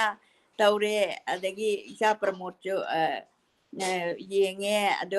ꯀꯅꯥꯗꯥꯗꯒꯤ ꯁꯨꯃꯥꯏꯅ ꯇꯧꯗꯅ ꯑꯁ ꯂꯩꯕꯥꯛꯇꯤ ꯂꯣꯏꯅꯃꯛ ꯀꯣꯏꯁꯜꯂꯛꯑꯦ ꯍꯥꯏꯅ ꯍꯥꯏꯕꯗ ꯄꯥꯕꯨꯡꯗꯨ ꯅꯣꯛꯑꯦ ꯑꯗ ꯄ꯭ꯔꯦꯃꯤ ꯃꯣꯏꯔꯥꯡꯆꯥ ꯀꯧꯕ ꯑꯃ ꯁꯥꯎꯗꯤ ꯑꯔꯥꯕꯤꯌꯥꯗꯒꯤ ꯅꯍꯥꯟꯃꯨꯛ ꯌꯦꯡꯉꯦ ꯖꯍꯦꯔꯥꯒꯤꯁꯦ ꯑꯩꯅ ꯂꯣꯏꯅꯃꯛ ꯏꯔꯒ ꯑꯃꯨꯛ ꯏꯊꯣꯛꯏꯕꯅꯦ ꯑꯩꯅ ꯍꯥꯏꯗꯤ ꯃꯄꯥꯟꯒꯤ ꯀꯩꯅꯣꯁꯤ ꯁꯍꯤꯗ ꯔꯨꯞ ꯍꯣꯏ ꯐꯔꯤꯗꯥ ꯍꯣꯏ ꯃꯌꯥꯝ ꯑꯃ ꯌꯦꯡꯕꯤꯕ ꯑꯗꯒꯤ ꯑꯩꯅ ꯃꯤꯡ ꯄꯟꯗꯦ ꯀꯥꯏꯅ ꯋꯥꯔꯧꯕꯤꯅꯨꯀꯣ ꯉꯝꯗꯗꯅ ꯇꯧꯔꯤꯅꯦꯕ ꯌꯦꯡꯕꯤꯔꯤꯕ ꯄꯨꯝꯅꯃꯛꯄꯨ ꯌꯥꯝꯅ ꯍꯟꯅ ꯊꯥꯒꯠꯆꯔꯤ ꯑꯗꯨꯒ ꯃꯊꯪꯒꯤ ꯊꯥꯡꯖꯗꯁꯨ ꯑꯃꯨꯛ ꯍꯟꯅ ꯎꯅꯁꯤ ꯍꯥꯏꯅ ꯍꯥꯏꯖꯔꯒ ꯑꯩꯍꯥꯛ ꯃꯨꯅꯤꯁꯤ ꯂꯣꯏꯁꯤꯟꯖꯗ꯭ꯔꯤ ꯄꯥꯔꯠ 2 ꯌꯥꯝ ꯏꯝꯄꯣꯔꯇꯦꯟ ꯑꯣꯏꯕ ꯄꯥꯔꯠ 2 ꯌꯥꯎꯔꯤ ꯑꯗꯨ ꯑꯣꯏꯔꯒꯗꯤ ꯋꯥꯈꯜꯗ ꯂꯥꯏꯐ ꯑꯃꯗ ꯀꯔꯤ ꯁꯣꯏꯈ꯭ꯔꯀꯥꯟꯗꯅ ꯑꯩꯅ ꯀꯔꯤ ꯇꯧꯕ ꯇꯥꯏ ꯍꯥꯏꯕꯒꯤ ꯋꯥꯈꯜꯗꯨꯅꯦ ꯑꯩꯅ ꯃꯗꯨꯗ ꯐꯣꯀꯁꯁꯦ ꯇꯧꯔꯒ ꯑꯩꯅ ꯃꯤꯌꯥꯝꯗ ꯑꯩꯅ ꯂꯥꯟꯊꯣꯛꯆꯔꯤꯁꯦ ꯄꯨꯝꯅꯃꯛꯄꯨ ꯈꯨꯔꯨꯝꯖꯔꯤ ꯅꯣꯡꯂꯨꯛꯆꯔꯤ ꯚꯛꯇꯤ ꯀꯠꯆꯔꯤ ꯉꯁꯤꯒꯤꯗꯃꯛꯇ ꯌꯥꯝꯅ ꯉꯁꯤꯒꯤꯗꯃꯛꯇꯗꯤ ꯑꯩꯈꯣꯏ ꯀꯥꯏꯅꯔꯁꯤ ꯑꯗꯨꯕꯨ ꯑꯩꯈꯣꯏꯅ ꯏꯃꯥꯅ ꯄꯟꯕꯤꯈꯤꯕꯗ ꯑꯩꯈꯣꯏꯁꯦ ꯃꯔꯛꯇ ꯇ꯭ꯌꯨꯁꯗꯦꯒ ꯊꯔꯁꯗꯦꯒꯁꯦ ꯑꯃꯨꯛ ꯌꯥꯎꯔꯝꯕꯅꯦ ꯑꯗꯣ ꯑꯩꯈꯣꯏꯁꯦ ꯀꯣꯚꯤꯗꯀꯤ ꯃꯇꯥꯡꯁꯤꯗ ꯋꯔꯛ ꯐ꯭ꯔꯣꯝ ꯍꯣꯝ ꯇꯧꯕ ꯑꯗꯣ ꯋꯔꯛ ꯐ꯭ꯔꯣꯝ ꯍꯣꯝ ꯇꯧꯔꯒꯗꯤ ꯑꯩꯅ ꯑꯩꯈꯣꯏ ꯃꯥꯒꯤ ꯑꯌꯨꯛ ꯉꯟꯇꯥ ꯑꯩꯒꯤ ꯏꯚꯤꯅꯤꯡꯁꯤꯗ ꯑꯗꯨꯃꯥꯏꯅ ꯔꯦꯀꯣꯔꯗꯤꯡꯁꯤ ꯇꯧꯕꯅꯤ ꯑꯗꯣ ꯍꯧꯖꯤꯛꯇꯤ ꯑꯩꯈꯣꯏꯁꯦ ꯑꯃꯨꯛ ꯁꯤꯗ ꯑꯣꯐꯤꯁꯇ ꯀꯥꯔꯒ ꯔꯤꯄꯣꯔꯠ ꯇꯧꯕ ꯑꯗꯣ ꯑꯩꯒꯤ ꯑꯣꯐꯤꯁꯁꯤ ꯄꯨꯡ 7ꯀ ꯃꯤꯅꯤꯠ 50ꯗꯒꯤ ꯊꯣꯛꯑꯦ ꯑꯗꯨꯅ ꯑꯃꯨꯛ ꯍꯜꯂꯛꯄꯁꯤꯗ ꯑꯃꯨꯛ ꯀꯩꯅꯣ ꯇ꯭ꯔꯥꯐꯤꯛꯁꯤ ꯌꯥꯝ ꯂꯩꯕꯅꯤꯅ ꯍꯜꯂꯛꯑꯀꯥꯟꯗ ꯑꯃꯨꯛ ꯌꯨꯝꯒꯤ ꯀꯩꯀꯩ ꯆꯥꯛ ꯊꯣꯡꯕ ꯈꯣꯠꯄ ꯑꯗꯨꯒꯨꯝꯕ ꯇꯧꯕꯒꯤꯗ ꯑꯃꯨꯛ ꯆꯪꯕꯅꯤꯅ ꯈꯤꯇꯪ ꯃꯇꯝꯁꯦ ꯑꯩꯈꯣꯏꯅ ꯍꯥꯟꯅꯒꯤ ꯑꯗꯨꯃꯥꯏꯅ ꯇꯧꯕ ꯉꯝꯗꯕꯒꯤ ꯑꯩꯈꯣꯏꯅ ꯔꯦꯀꯣꯔꯗꯤꯡꯁꯦ ꯈꯤꯇꯪ ꯄꯣꯁ ꯇꯧꯕꯅꯤ ꯑꯗꯨꯒ ꯑꯩꯈꯣꯏꯅ ꯑꯃꯨꯛ ꯑꯃꯔꯣꯝꯗ ꯑꯣꯐꯤꯁꯇ ꯀꯥꯕꯒꯤꯗꯪ ꯅꯠꯇꯕ ꯑꯃꯨꯛ ꯑꯩꯒꯤ ꯊꯕꯛꯁꯤꯒꯤ ꯈꯔ ꯇ꯭ꯔꯥꯚꯦꯜ ꯇꯧꯕꯁꯨ ꯑꯃ ꯌꯥꯎꯔꯛꯄ ꯑꯗꯨꯅ ꯑꯩꯈꯣꯏ ꯔꯦꯀꯣꯔꯗꯤꯡꯁꯦ ꯑꯩꯁꯨ ꯌꯥꯝꯅ ꯑꯦꯟꯖꯣꯏ ꯇꯧꯖꯔꯝꯃꯤ ꯑꯗꯨꯕꯨ ꯍꯧꯖꯤꯛꯀꯤ ꯏꯟ ꯕꯤꯇ꯭ꯋꯤꯟꯁꯤꯗ ꯈꯤꯇꯪ ꯂꯦꯞꯆꯕꯅꯤ ꯑꯗꯨꯕꯨ ꯃꯇꯝꯅ ꯑꯃꯨꯛ ꯌꯥꯔꯛꯑꯀꯥꯟꯗ ꯁꯣꯏꯗꯅ ꯍꯦꯟꯅ ꯔꯦꯀꯣꯔꯠ ꯇꯧꯕꯒꯤ ꯉꯝꯖꯔꯀꯥꯟꯗ ꯑꯃꯨꯛ ꯇꯧꯖꯔꯛꯀꯦ ꯑꯗꯨꯒ ꯉꯁꯥꯏ ꯑꯩꯈꯣꯏ ꯌꯦꯡꯕꯤꯕꯗ ꯇꯦꯖꯄꯨꯔꯗꯒꯤꯁꯨ ꯌꯦꯡꯕꯤꯔꯤ ꯁꯨꯃꯥꯏꯅ ꯇꯧꯗꯅ ꯃꯐꯝ ꯀꯗꯥꯏꯗꯒꯤ ꯌꯦꯡꯕꯤꯔꯛꯏꯕꯅꯣ ꯍꯥꯏꯕꯗꯨ ꯁꯣꯏꯗꯅ ꯑꯩꯈꯣꯏꯗ ꯀꯃꯦꯟ ꯇꯧꯕꯤꯔꯛꯎ ꯉꯁꯤꯒꯤꯗꯤ ꯃꯇꯥꯡ ꯑꯁꯤꯗ ꯂꯣꯏꯁꯤꯟꯖꯔꯒꯦ ꯑꯗꯨꯒ ꯄꯥꯕꯨꯡꯇꯣꯝꯕꯤꯅ ꯁꯨꯃꯥꯏꯅ ꯇꯧꯔꯒ ꯑꯩꯈꯣꯏꯒꯤ ꯑꯦꯗꯚꯥꯏꯁ ꯑꯗꯨꯝ ꯇꯧꯕꯤꯔꯛꯄ ꯀꯔꯝꯕ ꯀꯔꯤ ꯄꯥꯁꯤꯒꯦ ꯑꯗꯒꯤ ꯀꯔꯝꯕꯅ ꯈꯟꯒꯠꯀꯅꯤ ꯍꯥꯏꯕꯁꯤꯗ ꯍꯦꯛꯇ ꯈꯟꯒꯠꯄꯁꯤꯗ ꯌꯥꯝꯅ ꯋꯥꯈꯜ ꯆꯪꯅ ꯑꯩꯈꯣꯏꯒꯤ ꯀꯃꯤꯇꯤ ꯃꯦꯝꯕꯔꯁꯤꯡ ꯑꯍꯜ ꯂꯃꯟ ꯑꯃꯗꯤ ꯑꯦꯛꯁꯄꯔꯠ ꯑꯣꯏꯔꯕ ꯃꯌꯥꯝꯅ ꯈꯟꯒꯠꯃꯤꯟꯅꯔꯀꯥꯟꯗ ꯁꯨꯃꯥꯏꯅ ꯂꯥꯟꯊꯣꯛꯆꯕꯅꯤ ꯑꯗꯨꯒ my brother ꯍꯥꯏꯕꯁꯦ ꯃꯁꯤ ꯑꯩꯉꯣꯟꯗ ꯄꯥꯕꯨꯡꯅ ꯊꯥꯕꯤꯔꯛꯑꯦ ꯑꯗꯨꯅ ꯏꯃꯥꯅ ꯃꯗꯨ ꯂꯧꯈꯠꯄꯤꯅꯤ ꯍꯥꯏꯔꯗꯤ ꯑꯩꯅ ꯃꯊꯪ ꯑꯃꯨꯛ ꯃꯗꯨꯒꯤ ꯏꯪꯂꯤꯁꯀꯤ ꯑꯃꯨꯛ ꯄꯥꯔꯒ ꯑꯩ ꯁꯣꯝ ꯅꯥꯀꯟꯗ ꯄ꯭ꯔꯤꯄꯦꯌꯔ ꯇꯧꯖꯔꯒꯦ ꯍꯥꯏꯅ ꯍꯥꯏꯖꯔꯤ ꯃꯇꯥꯡ ꯑꯁꯤꯗ ꯌꯥꯝꯅ ꯄꯨꯝꯅꯃꯛꯄꯨ ꯇꯦꯛꯇ ꯀꯥꯏꯗꯅ ꯅꯨꯡꯉꯥꯏꯅ ꯂꯩꯕꯤꯌꯨ ꯋꯥꯈꯜꯁꯤ ꯅꯨꯡꯉꯥꯏꯅꯕ ꯑꯩꯈꯣꯏ ꯃꯌꯥꯝ ꯍꯣꯠꯅꯃꯤꯟꯅꯁꯤ ꯑꯩꯈꯣꯏ ꯃꯌꯥꯝꯁꯤ ꯋꯥꯈꯜ ꯅꯨꯡꯉꯥꯏꯔꯒꯗꯤ ꯏꯃꯨꯡ ꯅꯨꯡꯉꯥꯏꯕ ꯏꯁꯥꯗꯪ ꯅꯨꯡꯉꯥꯏꯕ ꯅꯠꯇꯕ ꯏꯃꯨꯡ